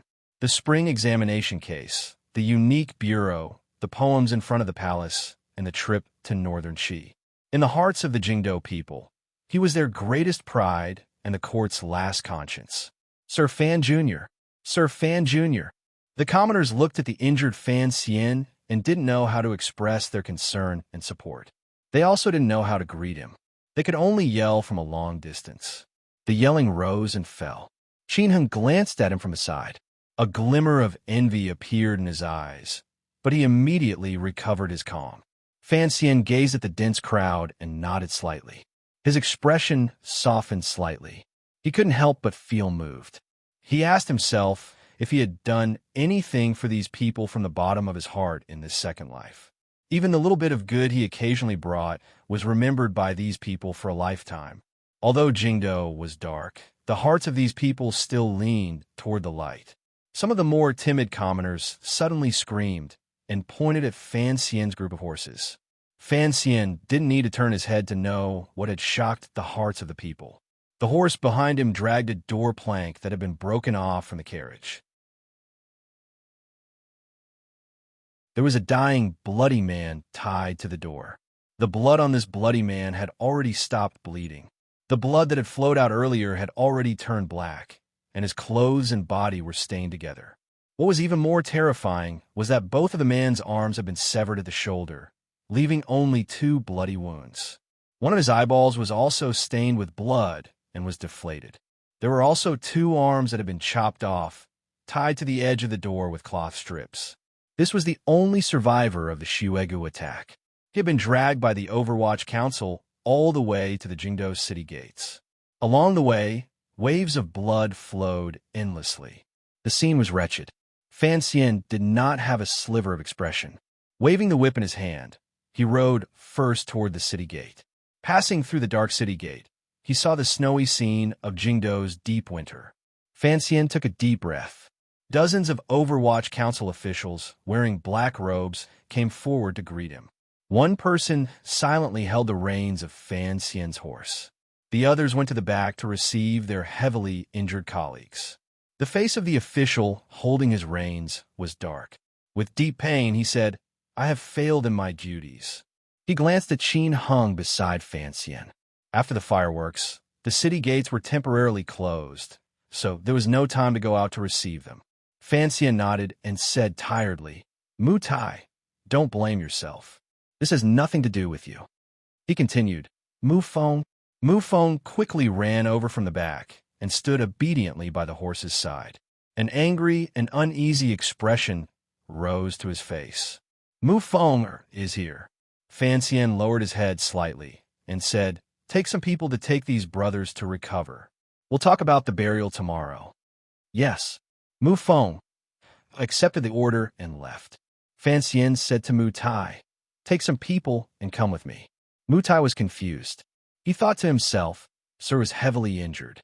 Presumably, the palace would not be in a rush to summon him. Where was he going in such a rush? He knew he could not ask at such a time. He lowered his head and accepted the order. At the same time, he made a hand gesture toward the communication official on the side of the street. Fan Xian glanced at Qin Heng and asked, after entering the capital, "Does anyone still dare to kill me?" Qin Heng thought about it and said no. Fan Xian said, "Then why are you still following me?"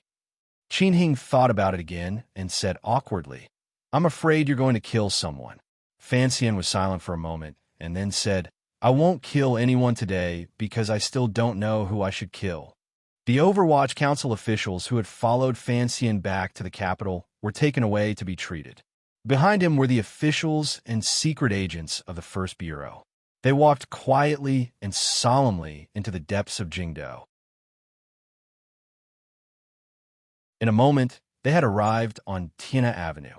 At the back of the group was still the carriage that was about to fall apart, the door, and the bloody man who was too horrible to look at. Along the way, everything fell into the eyes of the people of Jingdo. The crowd of onlookers on both sides of the road grew larger and larger. They couldn't help but let out a few gasps. At this time, the news had long spread in the marketplace that Sir Fan Jr. had received an edict to return to the capital to report on his work. Unexpectedly, he had been ambushed outside the capital. The Overwatch Council had suffered heavy casualties, and Sir Fan Jr. had almost died. Ever since that night 14 years ago when Jingdo bled with blood, Jingdo had been immersed in peace. It had been many years since something so shocking had happened. Fan Xian sat ramrod straight on his horse and walked forward. Behind him, people from the First Bureau of the Overwatch Council continuously gathered into the group. The group grew longer and longer, but it was still silent and somber. Seeing this scene, everyone in Jingdo felt a chill in their hearts. They didn't know if Jingdo would immediately flow with rivers of blood. No one dared to underestimate Fan Xian's boldness and ruthlessness. Most of the Overwatch Council officials in the capital belonged to the First Bureau. Fan Xian was the ancestor of the First Bureau. For an ancestor to be ambushed was a big deal. There was no need to mobilize much. The secret agents of the First Bureau in Jingdo all began to move. Those who followed Fan Xian joined the group and began to secretly investigate the spies hidden in the various manors. Fan Xian suddenly pulled on the reins and stopped the horse. He turned his head to glance at his subordinates, who wore determined expressions, and furrowed his brows slightly. Slowly, he said, "There are nearly 200 people here. The First Bureau only has 310 in total. Are you not going to do anything?" Mutai thought to himself that it looked like they were going to kill people for revenge. How could they bring fewer people? To openly kill people in Jingdo, no matter how much reason there was, they would probably be brutally suppressed in the end. Today, the First Bureau had bet all of their lives on Fan Xian. He gritted his teeth and replied, "We will all listen to your arrangements." Fan Xian closed his eyes and thought for a moment. "Don't let any more people come. I'm not going to kill people." Qin Heng, who had been following close to him, heard these words and his heart trembled. Then, the group of people continued to move. Under the shocked gazes of the Jingdo people, they followed the normally quiet Tianhe Avenue and the flowing water on both sides of the road slowly toward the royal palace in the distance. Yin Bingyun stood at the window and looked through the glass at the road below. He looked at the murderous but silent group on the road. The crowd of spectators had already been dispersed by the bailiffs of the Jingdo government. Tiana Avenue became more and more lonely. He looked at the person riding at the very front and sighed slightly. A subordinate knocked on the door and entered. He knelt on the ground and reported, "I've already sent someone to notify Chin Garden. The security has been raised to the highest level. The 6th Bureau has been fully activated and is already controlling the streets near the Bureau of Military Affairs. Have a 2nd Bureau put aside the unimportant work at hand and put all their efforts into investigating the ambush in the valley." Yin Bingyun didn't turn his head. He only looked at Fan Xian on the road. The subordinate accepted the order and raised his head to ask, "The commissioner is heading that way. Do you want to come to his aid?" Yin Bingyun thought for a moment and then said, "Make preparations. If he actually makes a move..." His expression changed slightly. Shortly after, he smiled bitterly and said, "Don't worry. he won't make a move. He can endure it better than us." The subordinate raised his head in shock and looked at Yin Bingyan. He wondered how Sir Yin Jr. could be so calm when the commissioner was attacked. How could he not rush out of the hospital to welcome the commissioner or stop the commissioner? Between the royal palace and the gray-black Overwatch Council, there was another building. There was a dragon coiling above and a stone lion guarding the door below. The yamen was wide open with stone steps at the bottom. It appeared indescribably mighty. Fan Xian silently rode his horse toward that building. The door he was dragging behind him bumped against the stone ridge at the end of Tianhe Avenue and finally broke apart. The bloody man's feet were still tied to the ponytail. He bounced on the ground and was dragged again. However, the pair of broken arms fell to the ground. An Overwatch Council official had long picked up the pair of broken arms. The bloody man was jolted awake and made a painful moan. However, half of his chin was already broken. He was also in a half-unconscious state and could not speak. This person was dragged along the ground by Fan Xian's horse. Blood once again spurted out and dragged out a long line on the snowy ground. A line of blood. At the end of the line of blood was that building. Fan Xian narrowed his eyes and looked at the yamen on the stone steps. He looked at the indescribably mighty stone lions on either side of the stone steps and sighed in his heart. In the past, when he was in Jingdo, he had purposely put some distance between himself and this place because of the emperor's pressure and his own self-reflection. Counting up until now, this was actually his first time here. This was the center of the Qing military. Back then, it was the Ministry of War. Later, under the new policy, it was renamed the Ministry of Military Affairs. Now, it had long returned to its ancient name of the Bureau of Military Affairs. Under the emperor's orders, the Bureau of Military Affairs controlled all of the Qing Kingdom's military movements and was responsible for all matters related to external battles. During these decades of war, countless generals and commanders had emerged and obtained a great deal of land and wealth for the Qing Kingdom. The Qing Kingdom's military was the most powerful in the world.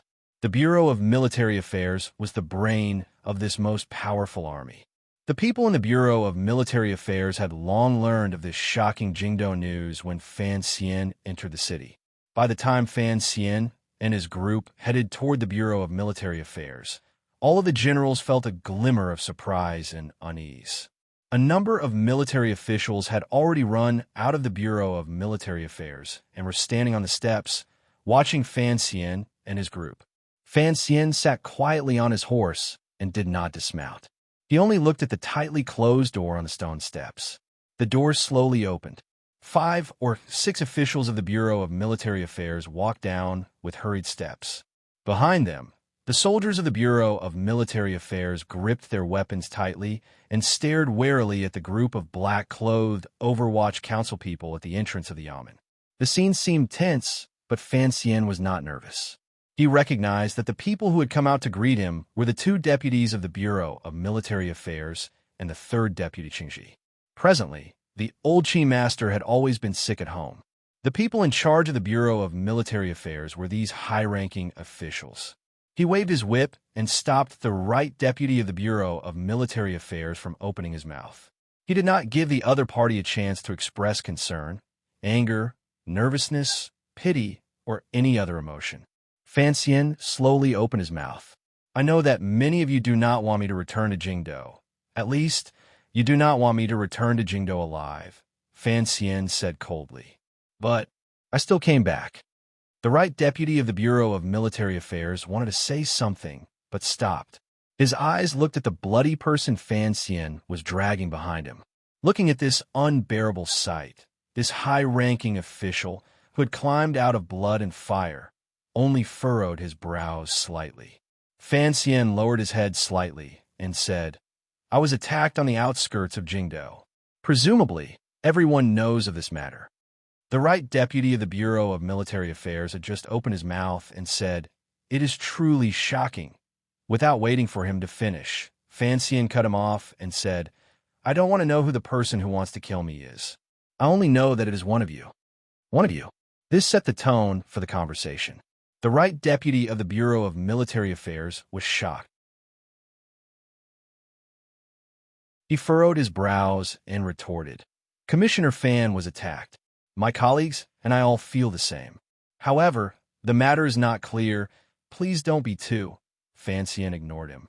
He only gently stroked the smooth whip and lowered his head on the horse. What need is there to explain?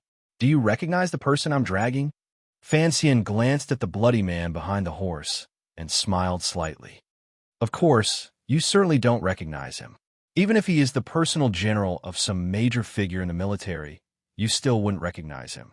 This person is the only survivor of the attack on me today. He sighed. A very good soldier. What a pity. Fancian flipped his hand and lashed out with the whip. The tip of the whip was very long. With a slap, it landed on the face of the bloody man on the snowy ground behind him. However, the man was already on his last breath and had no reaction at all. Soldiers had their own aura.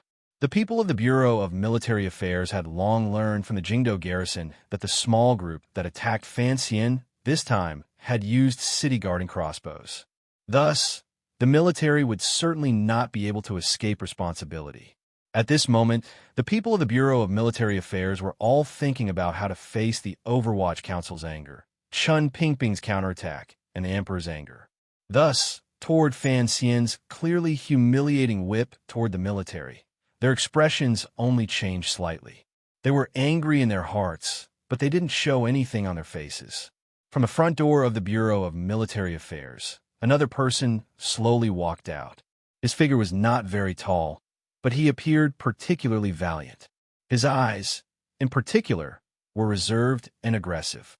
His face was stern, and he carried a longbow on his back. Looking at the purple clothing on his body, it was clear he was a high-ranking official. Dressed like this, if it was not Yin Xiaoi, the governor of the north who had returned to the capital to report on his duties, who else could it be? Fancian didn't even glance at Yin Xiaoi. He only flipped his hand and lashed out with the whip again on the face of the bloody man behind him, leaving another terrifying wound on his already unbearable face. Immediately after, the tip of the whip flew out and swept up this person. A knife light flashed, and the rope tied to the ponytail immediately snapped. The bloody man flew straight up, passing over the soldiers below the stone steps and landing heavily on the snowy ground in front of the Bureau of Military Affairs Yamen. He smashed into the air, sending up a flurry of snowflakes and blood. He landed perfectly in front of Yin Xiaoi. Yin Xiaoi lowered his head to glance. No one knew if there was a glimmer of change in his gaze. Fancian raised his right hand. Mutai pulled out the knife at his side and walked to the side of the only remaining carriage. Holding the hilt with both hands, he chopped down forcefully. The knife light fell. The last of the ropes in the carriage could no longer withstand the force. Half of the carriage wall collapsed with a loud bang. Countless round objects rolled out of the carriage. They rolled past the messy wooden boards and the pure white snow. They rolled under the stone lines of the Bureau of Military Affairs and could not be stopped. They gradually piled up higher and covered half the height of the stone lions against the road. They were human heads. Countless human heads piled up between the carriage and the stone lions. Specks of dirty blood, countless open and closed blood-stained eyes, and threads of flesh tied to the heads drowned the chest of the mighty stone lions in front of the Bureau of Military Affairs. The 200 soldiers who ambushed me are all here, Fancian said lightly. He waved his horsewhip and pointed it at the Qing military elders on the stone steps. I have given you the living. I have also given you the dead. I hope you can also give me something. He then said to the indifferent Yin Xiaoi, Is your son well? Finally, Fancian lowered his head and faced the 200 human heads by the stone lions. Pulling back his lips, he mockingly said, What good heads? Yin Xiaoi raised his head. A bright light flashed through his eyes. If you want to know what happened afterwards, please log on to www.cmfu. Com. More chapters. Support the author. Support original reading. You're tuning in to the Romance Rendezvous YouTube channel. We're so grateful for your support, and don't forget to subscribe to join us on this incredible journey through captivating stories. Your generosity through donations truly makes a world of difference. As it's the primary source of revenue, that allows me to expand and enhance this channel for you. Thank you from the bottom of my heart for being a part of this adventure.